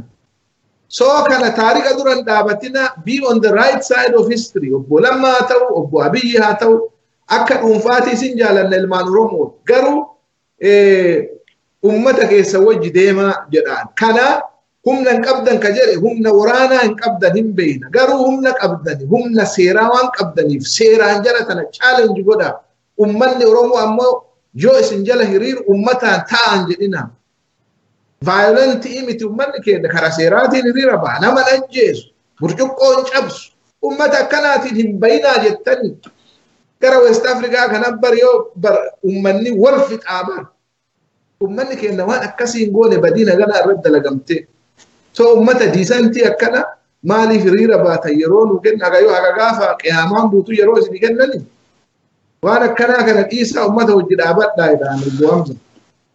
Hedduu galatooma Profeesar Mahammad Abbaa Baltaa yeroo qabxiiwwan murteessaa kaaftanii barri hiriira bahuun kunuu akkasumas laganna gabaa guutuu Oromiyaa keessatti geggeeffam kanattu kabaja isaanii toree warra argitee kaleessa namni gurratti qeessee dhageenye afaan itti ta'ee humna itti ta'ee ummata duratti isaan baasise sila beekanii hiriiruma kanaatu sila ittiin fayyadaman TPLF'n har'a aguma xiqqeetti isii winciriirattee dubbattu tanaafuu argite qeerroo kanattu argitee lubbuutti hore qeerroo kanattu argitee hagasuutu argitee lubbuutti hore jara kanatti wanni armattan kaasu barbaadu wanni isaan gara qeerroo kanatti deddeebi'anii waan qeerroo kaasanii warra alaa irraati haa dhufanu warra ala wajjin haa mari'annu bakka jedhan kana fakkeenya hidhamtoota siyaasa lakkoofsaan gadi hin dhiyaannetti ammallee mana hidhaa keessa jira manni hidhaa kamuu afaan Oromoo haga dubbatu jedhamu fakkeenya nadhii gammadaa eessa akka jiru amma ammatti wanni ibsame takka illee hin jiru Yuusuf Baatii gara makkinni Baqqala Daawanoo gara makkinni jiru ammallee wanni beekamu hin jiru warri kun cufinuu hin hiikamne waan warra kanaa irraa wal sila waan warra kanaa irraa sila gaqqabanii hojjechuu danda'uu qaban Ustaaz Ahmeddiin Jabal namni kun nama argitee nama hayyuuti nam beekaas hayyuu beekaas seenati ummata biratti nam fudhatama qaba nam ummata biratti jaalatama qaba warri kun hundi war argitee dhumma ummataa fidhame waan warra kana maan dubban eegi humni qabaatan maaliif harrab isaanii qeerrootti dheeressan haguma xiqqeetti dhagaama argatan kanaatu maaliif ofirratti hin eenne kabaja kan maaliif deebisanii kabaja isaanii kan lafaan biyyee waliin laaqan wanni amma asirratti ammallee obbo Dhageessaan qabxiin kun qabxii murteessa ammallee namni hidhamaan gadi dhiyaanne mana hidhaa keessa jira yoo lubbuu qabaatan taate biyyattii san keessatti egaa humna warri paartii qabu keessa tokko oppidiyoodha maqaafillee taatu waan kan irratti maaliif jarri kun hin hojjanne maaf hin hojjanne malee hidhamtoonni kun agni kamiin qabsoon itti fufa fakkeenya ammaan boodallee immoo qabxiiwwan gara dhimma itti gaafatamtoota Koongirees Federaaliist Oromoo ammaan booda isaan immoo gara hawaasatti deebi'anii hojiin isaanii maal fakkaataa maaltu irraa eegama qeerroo irraatillee immoo maaltu eegama waan jedhu akka goolabbitti booda irratti itti deebina mee warroota hidhamtoota ammallee mana hidhaa keessatti hafan kan oppidiyoon ammallee jabaattee hiiksisuu bakka dandeessutti sababa dhidheessuu filataa jirti waan ta'eef waan kanarratti osoo obbo Nageessan irraati yaadatti nu kennitanii. Dhugaadhaa wanni beekamu qabu gama kanaan hoggantoota qofaa adoo hin ta'in dhugumaa warri siyaasaa hidhamtoota siyaasaa ammallee hedduu jira.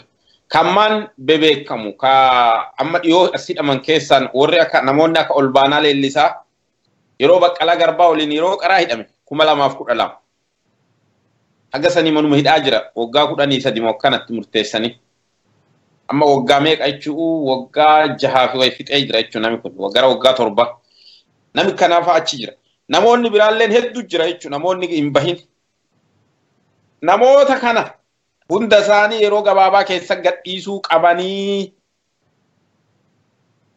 kana qofa adoon ta'in warra haga ammaa bakka buuteen hin beekamne kan dhabaman ummata ibsuu qaban yoo jiraatan jiraachuu isaanii himanii yoo hin jirrellee du'anii jiranii jedhanii ummanni akka sabru ajjeefne jirrallee teete ummata himuu qaban kana ummata beeksisuu qaban yoo kana hin goone teete diddaa fi mormiin akkuma amma godhame kana ammas itti fuufuuf deemu san qofaa moti gaafiin clear lafa jirti namoota ummata nagayaa fixan waggoota 3 kana keessa ummata hiriira bahe ajjeesan namoota kana seeraa dhiyeessuu namoota jeneraalotaa fi namoota ajjeechaa naannoo Somaalee daangaa Oromiyaa fi Somaalee irratti ajjeechaa namoota keenyarra raawwatan humna gaafas duule liyyuu haylii irraa kaasee namoota waan kana duuba ta'anii ajajan jeneraalotaa fi namoota fixaatii san keessatti jenosaayidii gaggeeffan jenosaayidii kana keessa namoota hirmaatan seeraa dhiyeessuu qabanii gaafiin jettu gaafii lammaffaati wanni kun waan dhaabatee muti jarri tun har'a baanii jennaan gammachuu jira karaallee karaa galanullee hidhamaan kun karaa galuu qaba yoo diddaan tuni karaa yoo cufaa ta'e namoonni kun karaa deemuu hin danda'anu kanuma kanaaf yaadameetu malee hin dhaaban qabsoon itti fuufu. Wayyaanee yeroo gabaabaa keessatti akkuma ka ammaatiif amma kennite kana yeroo gabaabaa keessatti tanallee deebii uummataa kennuu qabdi. Yoo isin deebii uummataan kennine ta'e qabsoon ittuma fuufa jechuudha. Gaafileen uummanni gaafate sun haga deebi'anutti gaafin uummataa haga deebiin argatin qabsoon uummataa itti fuufa. Warri wayyaanee waliin sirna san keessa jiru ka OPDOlleen akka uummati isaan hin dhiifne akka uummanni dubbii didiqqoo tanaan sobamee hin hafne yookaan ammoo nama warra biyya alaa dhufa waan jedhameef uummati haye warra kenna alaa nu dhufaara akka dura baa'oo alaa eegatan san gaafa nu achi turre akkas mallasi kun no dhaqe abaa'oo waliin dubbadhee dhufa mallasi yoo achi jedh wanni fara reediyoo Jarmanii fa'a dabarsa mallasi achi nu dhaqee mee jedhee nami xiqqoo yeroo san akka fincilli Oromootii fincilli Qinijjiitii wal faana hin deemne akkasi godhaa ture mallasi amma uummata san keessa hin jiru namni alaa eegatan tokkochillee hin jiru. Attaaqqi sun hin jiru. Haga mirgi hin jirre dhaqee maan godha namni. Yoo qabsaa'uuf hidhamuu ta'e warri achiitu hidhamaa jira. Uummati nama alaanu uummata nama haga ta'e biyya alaatiif hinne yoona caqqisaa hidhee uummati saniin sobama yoo se'anii jiraatan. Uummati sadarkaa san dabree jira dhaga'a. Sadarkaa san bira kutee jira. Nama 100 yoo har'a ala kanaa gad fiddan 1,000 waan feete nama ala kana jiru hundaa yoo gadi fiddan kajaarmiyaa ifiin jedhuu fi ka ifiin hin jennellee yoo gadi guurtan saniif jedhee uummati biyya keessa qabsoo takka wanni duuba deebi'u hin jiru sun uummata sobuu hin dandeettu gaafilee ifa ta'an uummanni gaafataa jira kiliir watakka bare wanni hin qabu gaafiin kiliirii gaafilee uummati gaafatu kana deebii kenna gaafii kana deebisaa yoo kennuu hin dandeenye ta'e isinuu yoo uummata waliin hiriira bayaa tarkaaffii fudhatuu dandeettan fudhadha. Because ummanni gaafii mirgaa gaafii haqaa gaafataa jira. Sadarkaa kamittuu sadarkaa addunyaatti gaafilee murteessaa ta'an. Haqa namni tokko yoo seeraan ala ajjeefame nama ajjeefame saniif haqa barbaachisa. Lubbuun ilma namaa akkanuma baatee hin haftu qoratamee qaama bilisa ta'een. Itoophiyaa Human Rights Commission wanni akkasii hojjettu. Komishiina maaltu jira hundinuu wayyaaneedha. Manni murtii wayyaaneedha. Ethiopia Human Rights Commission ombudsman jedhani si imba xabbaaqi jedhan sun wayyaane wanni achi keessa jiru hundu wayyaane ta'u hin beekama qaama bilisa ta'e independent ta'een qoratamee haqni kennamuu qaba yakkamtooti seera dhiyaachuu qaban kanaaf gaafilee biraallee ka uummanni gaafat haga hin deebi'initti qabsoon akka hin dhaabanne beekuu qabanii qabsoo Breeki guyyaa tokko lama fudhachuun akka isin deebii kennitanuuf akkuma kanaan dura gaafa hidhamtoota hidhiidhnaa balleessaan kenna jettanii isin labsitanirraa ka'ee uummata cadheedhee isin caqasaa ture. Isinillee bakka sobne jettanii waan uummanni sobame seetanii nama 500 gadhiifne jettanii teteettan jechuudha. Uummanni Dr. Mararaa simataa simannaa godhaa yoo keessaniiti waan uummanni ofi dedhe seetan uummati of hin deene. Uummati isin laalaa jira eegaa jira serious ta'eera uummati naamusa qabaa adeemsa qabaa akkuma dhagge cadhisee wanniin jedhe taa'ee laala bilchinaan isin bira dabree jira uummanni kun kanaafu aangoo uummataa deebisaa gaafilee uummataa kenna itti aansa'aati uummanni abbaa aangoo siyaasaa akka ta'e uummata dabarsaa kenna ka jedhu kana malee dubbiin ummati mirga fi kabachiifachuu irraa duubatti kan deebine hubachiisuu barbaada. Hedduu galatoomii obbo Nageessaa Oddoo Doobee egaa kabajamtoota fi daawwattoota keenyaa kan hordofaa jirtan qophii haala wayitaawaa irratti gama toora raadiyoo daandii haqaatiin isiniif tamsa'aa jirtudha. Egaa gaafiiwwan keenya gara goolabbitti dhaqqabne jirra. Egaa Profeesar Mahammad Abbaa Jabal Taahiroo egaa qabxiiwwan nu hafan ammallee hedduudha yeroo biraa itti deebina. Injifannoo gurguddaa qeerroon galmeessaa asiin baanee jirra. Ammallee hidhamtoota hedduutu argitee gootonni hedduutu mana hidhaa keessatti nurraa hafe ilmaan Oromoo hayyoota Oromoo abboota Oromoo ka akka argitee Ab Dabbasoo Guyyoofat argitee mana hidhaa san keessatti nurraa hafee jira. Namoonni argitee lakkoofsaan gadi hin dhiyaanne manneen hidhaa mootummaa Abbaa Irree keessatti hafanii jiran hayyoon Injiinar Masfin Abbabee namoonni hedduun Ega warri Oromiyaa kun waan isaan nama ajaa'iban qaama federaalatti hidhee jiran isi isaanu federaala waan kan argite irraa mormatan humni hin qabanuuf akkan jedhani itti ilaallu qabsoon qeerroon jalqabe kun dirqamsiisee garamitti fullaa ammaan booda hojiin gurguddaan hagamma hojjetamanii jiran ammaan booda immoo qeerroon qabsoon Oromoo maal argachuuf fuulduratti deema Professor Mohammed Abba Jabal Tahiroo. Galatoom Hamza. Asin dura scenario amma booda maal ta'uu danda'a ka jedhu haasofnee turre. Kan keessa deemuun barbaadu. Garuu wanni tokko wanni an dubbachuu barbaadu warri jara wajji dalagu afaan jaraati hiikee akka himuuf tilmootatti barbaadutu jira. Maali? Ibroonni afaan faranjiitiin gamemanship jedhanii geemii dalaydi. Geemiin jaraa kun maali? Oromoon bakka itti deemtu qabdi. Jarri waan xiqqoo tattaphataa Oromoo gartee on a tactical level. Waan xiqqoo tattaphataa nama hidhaa nama hiikaa bakka Oromoon itti deemtu san tursiisuu fedhan. Gaafa nu achi geennu san tursiisuu fedhan. Nuti ammoo dafnee bakka san ga'uu geenna. Bakki sun maali? Abbaa biyyummaati. Garuu abbaa biyyummaatitti uduu hin gahin injifannoo hedduu karaa kanatti argachuu hin dandeette. Tokko kaadha arganne kan warra gara duraanuu seera malee hidhame mana hidhaati baasuun injifannoo guddaa. Garuu duraanuu uummanni kun uummata silaa hidhamuu hin malle waan ta'eef jarri hidhaa hiiksisuun kaayoo Oromootii miti. Hin gammanna uummanni hidhame hidhaa bahuuf garuu bakka itti deemuu qabna. Bakka san jarri illee beetti wayyaaneen garuu wanni isiin dalaydu maali? Bakka san tursiisuu feeti. Kuni ta'uu hin danda'u. Warri oppidiyoonni beekuu qabu.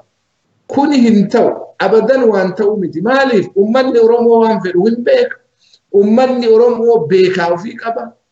Uummata waan deemaa jiru kana laaluu qaba. Uummata xiinxaluu qaba. Uummata intarastii Oromoo eeguu jira. Nama tokko lamaa miti kumaatamaan kan lakkaa'amu. Kana warri oppidiyoo akka gaarii beekuu qaban. Biyya alaa kana jechuutti hin jiru. Biyya keessa isin wajji jira uummanni beekaan. Uummanni waan isin dalaydan laalu biyya keessa jira.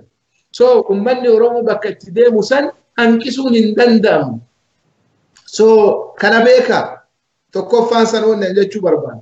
Lammaffaan ammootu wayyaanee wanni isiin barbaaddu maali? Kaardiin cuftu irraa gubatee jira. So kaardii tokko jira. Wild card. Waan dhufu waan hin beeyneef waan waa wayiitti dhufee waan jara seef godhu itti fakkaata wayyaanee. Wanni jara seef godhuu danda'u tokkollee hin jiru. Maaliif uummanni interestiin wayyaaneetiif interestiin uummata Oromoo fundamentally inconsistent waliin hin deemu. So bilisummaa uummata Oromoo jechaan badii wayyaanee jechuudha. An akka ilaalcha kiyyaatitti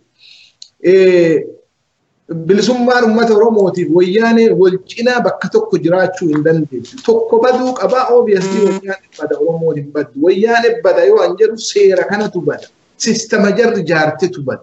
Maaliif? Sistemni kun ka uummata itti saamuuf uummata Oromoo doorsisuuf biyya teenya gartee dhuunfatanii qabachuuf ijaaran waan ta'eef sistemni sun diigamuu qaba. Galmi Oromoo galmi qabsoo Oromoo abbaa biyyummaa jechaan sistema jarri jaarte kana diiganii sistema ofii ijaaruu jecha. Sun sani kun ammootu waan jarri xiqqoo irratti haasa'uu fedhu maali? Waan jarri nama alaa yaamte kana uduu sun hin ta'in waan jarri godhuu qabdu jira. Waan san waan tokko maqaadha. Tokkoffaani uummata mana hidhaa jiru cufaa hiiku. Uummata hattuu fi maalii uduu hin ta'in uummata polotikaan hidhame ka mana hidhaa jiru kanu maqaa beenu kanu maqaan beenu. Uummata gaafa jarri biyya seente 1991 irraa jalqabee hidhame ka akka Baqqalaa Dawaanoo ka akka Yoosef Baatii nama an maqaan beenu kumaatamaan lakkaa'amu uummata san akkaawunti godhuu qabde akka amma duran nageessaan jedhe san yoo du'anillee du'an jecha akka jarri qabde hin beenna nun agarre jechuu hin dandeenye. They have to be accounted for. Tokko san lammaffaan ammootu uummata nama fixe seeratti dhiheessu. Uummata nagahaa ka fixe uummata hiriira bahe uummata akkuma ofirraa dalagatu akka gaafa calanqotti dhaqanii nama oorruu isaa haamateeti aidatu ka fixan ummata waan san ajaje poolisoota kaartaa wannoo harkiftee nama ajjeeftee miti jarrillee itti gaafatan ummanni jara ajaje sun itti gaafatamuu qaba. Jeneraalonni wayyaanee waan sadi gaafatamuu qaba. Lama sadaffa ummata keenya kan naannoo Somaalee irraa buqqa'ee fi ummata biyya keessatti buqqisanii biyya abbaa isaa keessa baqataa ta'e nama badii hagasii dalagesan seeratti dhiheessu eenyu akka ta'e jeneraalota wayyaanee kanama keenya nama miliyoonaa ol buqqifte seeratti dhiheessu. Sadii afraffa ummata mana hidhaa keessan nama laamshes kanama tumu ka korreentii nama gube ka isa ajaje warra security warra intelligence wayyaanee warri kun cufti seeraaf dhiyaachuu qabu. Nama torture godhuun seera addunyaatti dhoggaa. Wayyaaneen ummata keenya amata 27 torture goote ummanni jarri torture goote ka hidhaa bahee gariin ka Washington jiru gaafa hearingii kongressii irratti uffata ofii baafatanii ka mul'isan kanama kolaafte sila afaan kunillee qaanii aadaa Oromootitti addabaabaa ittiin dubbatanii garuu waan dubbatamuu qabuuf jedhe. So ummanni waan badii hagasii wanjala hagasii dalage kun uduu inni seeratti dhihaatin utuu mana isaa galee irbaata nyaatee rafuu ummata alaa yaamuu uduu kriminaalli akkasii biyya keessa jiru ummata alaa koottaa hojii dalaynaa jechuun waan hin fakkaanne warri OPDO dura kana sirreessuu qabdan biyya keessa wanni isin dalaguu qabdan waa hedduu jira. Kana ammoo karaa seeraatiin isin gaafanne malee akkuma dura jedhe seera ala waa godhaa inni isin gaafachuu hin jiru. Yoo nama waliin haasoftan barbaaddan kuloo Baqqalaan fa'allee hadha yaatee Dr. Mararallee ala jira jara wajji haasawa ummata gaya ummata beeka ummata agartee intarastii Oromoo eeysisuu danda'u kana godha achi booda jijjiirraan gaafa dhufe kaan ka itti yaadamu warra alaa itti yaadama malee wanni isin warra alaa maali jettan wanni akkasii hin dalaguu isin hin jedha warra OPDOtiif. Dugalatoma Professor Muhammad Abba Jabal Taayiroo egaa OPDOon ergaan kuni kallattii adda addaan kanaan durallee isin dhaqqabe ardhallee kunoo hayyoonni isin dhaqqabsaa jiran waan dandeettan hojjedha waan hin dandeenye irratti rarra'ina ummanni Oromoo argitee gaafa san waan dansaa hojjettan isin galatoonfatee jira argitee waan dansaa hojjettan jabaadhaa isin hin jedhee humna sanitti ture gaafa san immoo karaarraa daddabdanii kikkijibdanii argitee waan hin taane wal keessa argitee lallaaqxan immoo Oromoon isin hin dhiisu. Oromoon uummata hayyuudha uummata safuu qabu waan isin daangaa itti argitee humna itti hin qabne argitee woosin afaan bantanii dubbattan Oromoon isin jalaan dhaga'u qeerroon isin jalaan dhageetu namuu isin jalaan dhaga'u. Egaa obbo Nageessaa oddoo dubee waan kan akka goolabuuf akka nuu ta'uttillee biyyi tokko ijaaramtee argitee Oromoon abbaa biyyaa ta'uudha. Biyyatti san keessatti Oromoon gaaddisaadha. Sabaaf sablammii hedduu ummata baatee deemaa turellee ammallee ummata baatee deemuuf haqallee godhatu. Garuu ummanni kuni argitee biyyattii san keessatti waan kana hunda baatee deemuu fi dhaaba siyaasaa jabaa koola jabaa qabu. Ka argitee ummata biratti fudhatama qabu hayyoota hedduu argitee ka of keessatti hammate amantiinaa taatu kallattii adda addaadhaan biyyattii san keessatti jiraachuun dirqamaadha. Sirni dimokiraatawaa biyyattii san keessatti egaa ammoo warri OPDO taatu warri addaawaa taatu hin diriirsine jette ammaan booda hojiin gurguddaa argitee gara dhaabota siyaasaa kanatti illee as fulla'uun isaa waan maluuf ummata irraa ammoo maal ta'e eegama. Hidhamtoonni siyaasaa hiikamanii jiran hidhamtoonni siyaasaa kun argitee kallattii adda addaan deeggarsa isaan barbaachisutti jira. Kan Leencalloo taatu kan Haamilee taatu amma simannaan akka Dr. Mararaa Guddinaaf taasisan ummanni keenya kun argitee hidhamtoonni kun argitee ummata Oromoodhaaf dararamaa turan dhimma dhuunfaa isaanii sootoon ta'e dhimma ummata Oromoof torchi ta'aa turan ummata Oromoo irraa maal eegama hayyoota irraa maaltu eegama qeerroo irraa immoo maal eegama qabsoon kun argitee gara xumuratti akka inni deemuudhaaf maaltu hojjetamuudha qaba waan jedhu kanarratti obbo Nageessan osoo waan kanarraati argitee akka goolabbitti illee ibsaa irraa nuu kennite hedduu galatoom. Hedduu galatoom obbo Hamza waanuma gaarii na gaafatte duuba amma wanni ummata keenyarra eegamu qaraa hayyoota gootota warra gaafii sabaatiif mirga sabaatiif of kennee wareegama kaffalee hidhaa ture hidhaa bahu kana simachuu akkuma Dr. Mararaa itti simatan sanitti hunda isaanii ganda isaa itti galanutti aanaa isaan itti galatu ummatitti simachuun qofa gahaa miti ka waggaa 9 turee bahu jira ka waggaa 6 turee bahu jira ka maatiin diigamee jira ka hojii irraa hafee sababa sanii waggoota ganaa kana ka ummati quban qabaatiin ka ummati maatiin abdii kutu waa hedduu jira waan kana keessa turreellee waan agarreefi jedha gaafa ati ummata kana bal'aa kanaaf hidhamte maatii kee qofaaf miti maatiin kee diigamee rakkattee gaafa achi baatu maatiin keetu wanni si jedhuu danda'a siigalee sabaafi bakka hidhametti bakka sabaafi wareegame sabni bira dhaabatu qaba akka namoota dhuunfaallee diinagdeen utuba waan qabdan gumaachaaf gumaata kenna ijaara jara kana jara sabaafi gaafi sab yoo akkana goone borullee nami onnatee hidhamuuf deemu yoo ka arda hidhame daaraa ta'ee of wallaalee maraatu ta'e achi ba'ee ka sabni isaa garatti galee isa qabee hamileedhaaf waa hundaanin ijaarrate kabira akkami onnatee bor hidhama akkami sabaafi dubbata namni bira kanaafuu jara kana utuba bira dhaabadha sirri simadha hamilee isaanii ijaara diinagdeen ijaara ka jedhu kalammeessoo ammoo akka jaarmiyaatittillee jaarmiyaa ammaan tan achi isin bira jiru ka hoggantooti jaarmiyaa kana sabaaf of kennite kana ijaara bira dhaabadha seena itti seena qabsaa waliin haa ijaaramu caasa sirritti haga gadiititti keessa seenee ummanni kun ijaaruu qaba kabira ammoo amma sababa dhaba risoorsii nama tokkocha qofatti jaarmiyaa san keessa waajira hojjeta durba qalee nagaa ture isa eegareebanii jarri onni jettee nama guddaa akkasii salphistee onni jettee manaan bayini jettee wonni warningi akkasiitiin galchiteen duuba inni cadhise agasii as amma duraan isaa fi yeroo amma sochii ummataa ture sani nama tokko gurmeessaa ayyaanaatti dabalamee ture dajanee xaafaa partaayimi volunteer godhafumaan jechuudha. Kanaa achi namni kun hundinuu hojjetaa volunteerii qabsaawan jechuudha. Uummanni Oromoo nama 10 qaxaruu hin danda'u jaarmiyaa nama full time waan sabaa kana hojjetu. Wanni sabaa bifa faffaca'een ta'uu hin qabu bifa ijaarameen ta'uu qaba. Oromoo yeroo dheeraa yeroo gaafa dur cabullee wanni dhabe haga dur gadaan harkaa diigamee as jaarmiyaan qabne.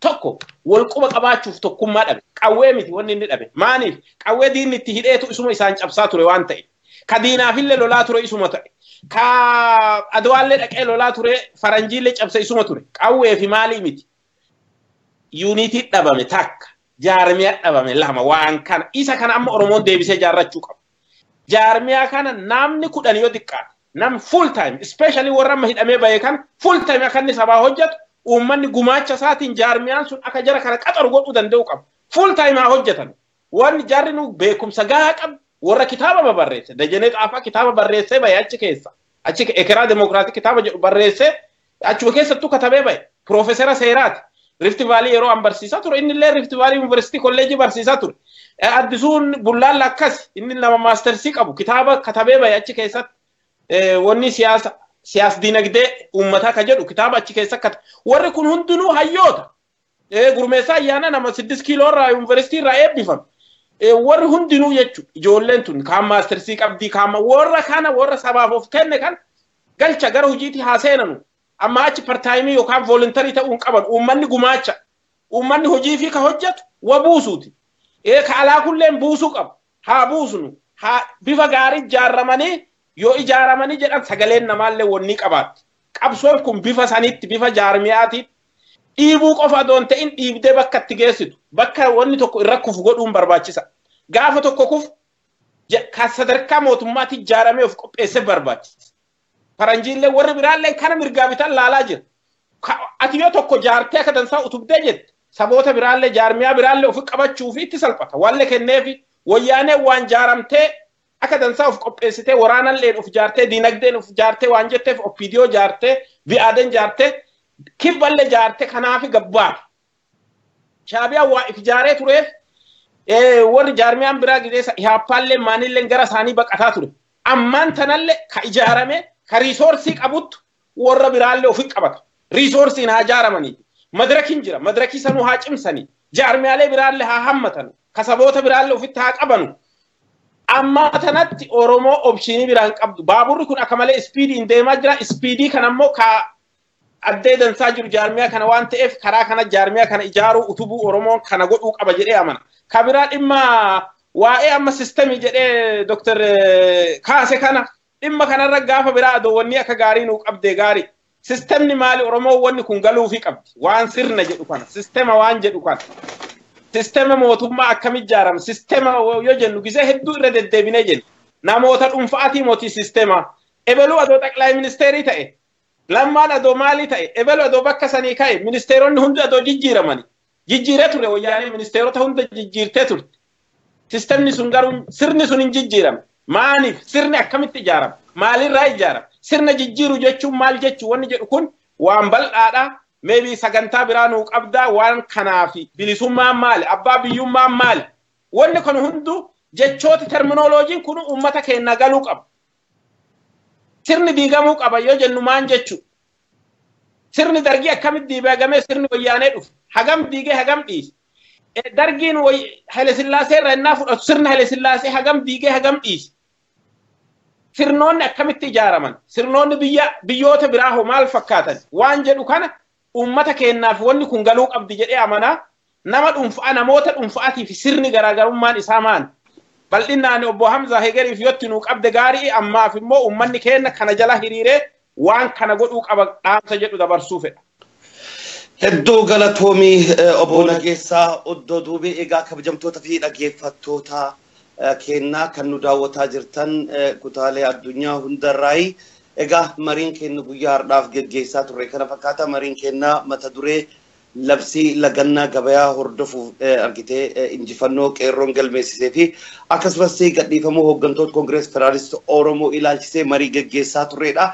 Marii kan geggeessaa turre immoo itti gaafatamaa dhaaba kaafoo akka idil addunyaatti obbo Nageessaa oddoo duubee fi Piroofeesar Maammed Abbaa Jabal Xaayiroo wajjin ta'uunidha. Egaa kabajamtoota fi daawwattoota keenya guyyaa booressi mootummaan wayyaanee ibsa galgala kana irratti baasedhaan hidhamtoonni argitee kanaan dura argitee gaazexeessaa Iskindar Naggaa fi akkasumas Andu'aalem Arraagee dabalatee namoonni 746 ka argitee himannaan isaanii akka adda citee akkasumas immoo dhiifamaan akka hiikaman guyyaa boriirraati akka hiikaman jedhee argitee guyyaa har'aas labsii odeeffannoo argitee maxxanfamee jira. Egaa wanti kun immoo argitee kanaan dura akkuma gabaasaa turre Iskindar Naggaa fi Andu'aalem Arraagee akkasumas Ustaaz Ahmadiin Jabalfaa waraqaa xalayaa dhiifama san mallatteessitan malee jechuudhaan argitee jennaan hin mallatteessinuu jedhanii jiran.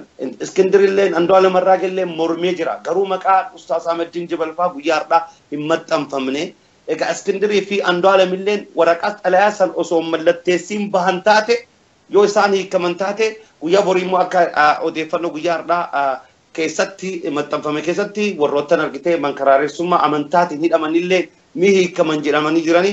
Egaa mankaraareessummaa amantiitiin namoonni hidhaman namoota akka Ustaaz Ahmadiin Jabaliiti mankaraareessummaa amantii jechuudhaan mootummaan maqaa malee maqaatti maxxansee warroottan gootonni kunillee fedhii rabbiitiin ni hiikaman jennee abdii guddaa qabna. Egaa hawaasni keenya wanni isin gaafataa jirtan nulleen isin walii dhukkubnaa hin beekna. Hidhamtoota siyaasaa hedduutu jira. Nadii Gammadattu jira. Olbaanaa Leellisattu jira. Warra argitee waggoota meeqa iraarfamaa jiran ilmaan Oromooti. Dhimma Oromummaaf argitee hidhamanii akkasitti cunqurfamaa jiran. Dabbasaa Guyyoolleen argitee maanguddoo Boorana nama guddaadha argitee. Injiineroon argitee hedduutu jira argitee kan mana hidhaa san keessatti dararamaa jiran guyyaa borii ni hiikaman jedhamaa jiranii. Egaa walumaan eegna. Egaa ka har'aa Rabbii Subhaanahu wa Ta'aalaa irratti galateeffanna.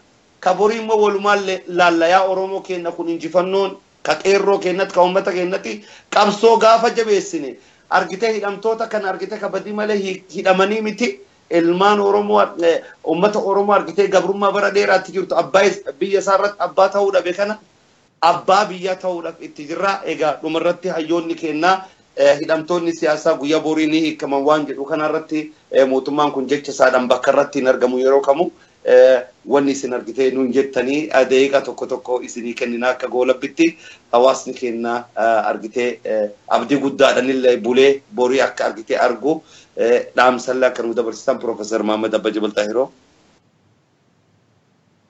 Galatoom Hamza. Yani wanni hedduun irra dabalullee hin jiru qabsoon itti fufuu qabaa kun bu'aan kun cufti qabsoon dhufe warra OPDOtiif ammoo wanni andaamu waan seerri isinii kenne itti fayyadamaa yoo hin dandeenye mootummaa tana bitaa mirga garagalchitan ilaaltan yoo hin dandeenye keessaa bayaa hin baana jedhaan ummata Oromoo gartee waan hin taane itti himina ummanni Oromoo gartee kijiban barbaadu amma booda. So waan dalagu dandeettan qofa hin goona jedha waan hin dandeenye ummata Oromootiif bayaa hima qabsoon itti fufuu qaba galmi Oromoo abbaa biyyummaatii akkuma jenne qabsoon itti fufaa namni keenya wal ijaaree akkanumatti amma organize ta'ee waa cufa ofuu kana namni keenya waa cufaaf dura ofuu qabaa jedha kanuma. Obbo Nageessaa Oddoo Dubee. Hayyee amma dhumarra wanni jedhuu fedhuu warra boru hiikamu kanallee uummanni keenya akkuma kana jala deemee haa hordofuuti. Tarkaanfii fudhatamu hundaayyuu dammaqinaan haa ilaaluu haa eeguu yoo isaan kana namoota kaan keessaa hambisan taate uummanni keenya akkuma kanaan duratti dhiibbaa godhe san dhiibbaa godhuudhaaf qophii ta'ee dammaqinaan gaafii isaa wanni isaa qophii ta'ee haa eegatuuti warra bahu ammoo simadhaa simannaa gootaa simachuun itti haa fufuuti ka amma baay'illee akkuma kanaan dura isinii dhaamne san waan dandeettan cufan bira dhaabadhaa hamilee isaanii jabeessa ijaara tumsa gootuwwan tana wanni godha waan dandeettan cufan bira dhaabadhaa bifuma kanaanii waaqi nu haa gammachiisu jechuu barbaada horaa bula.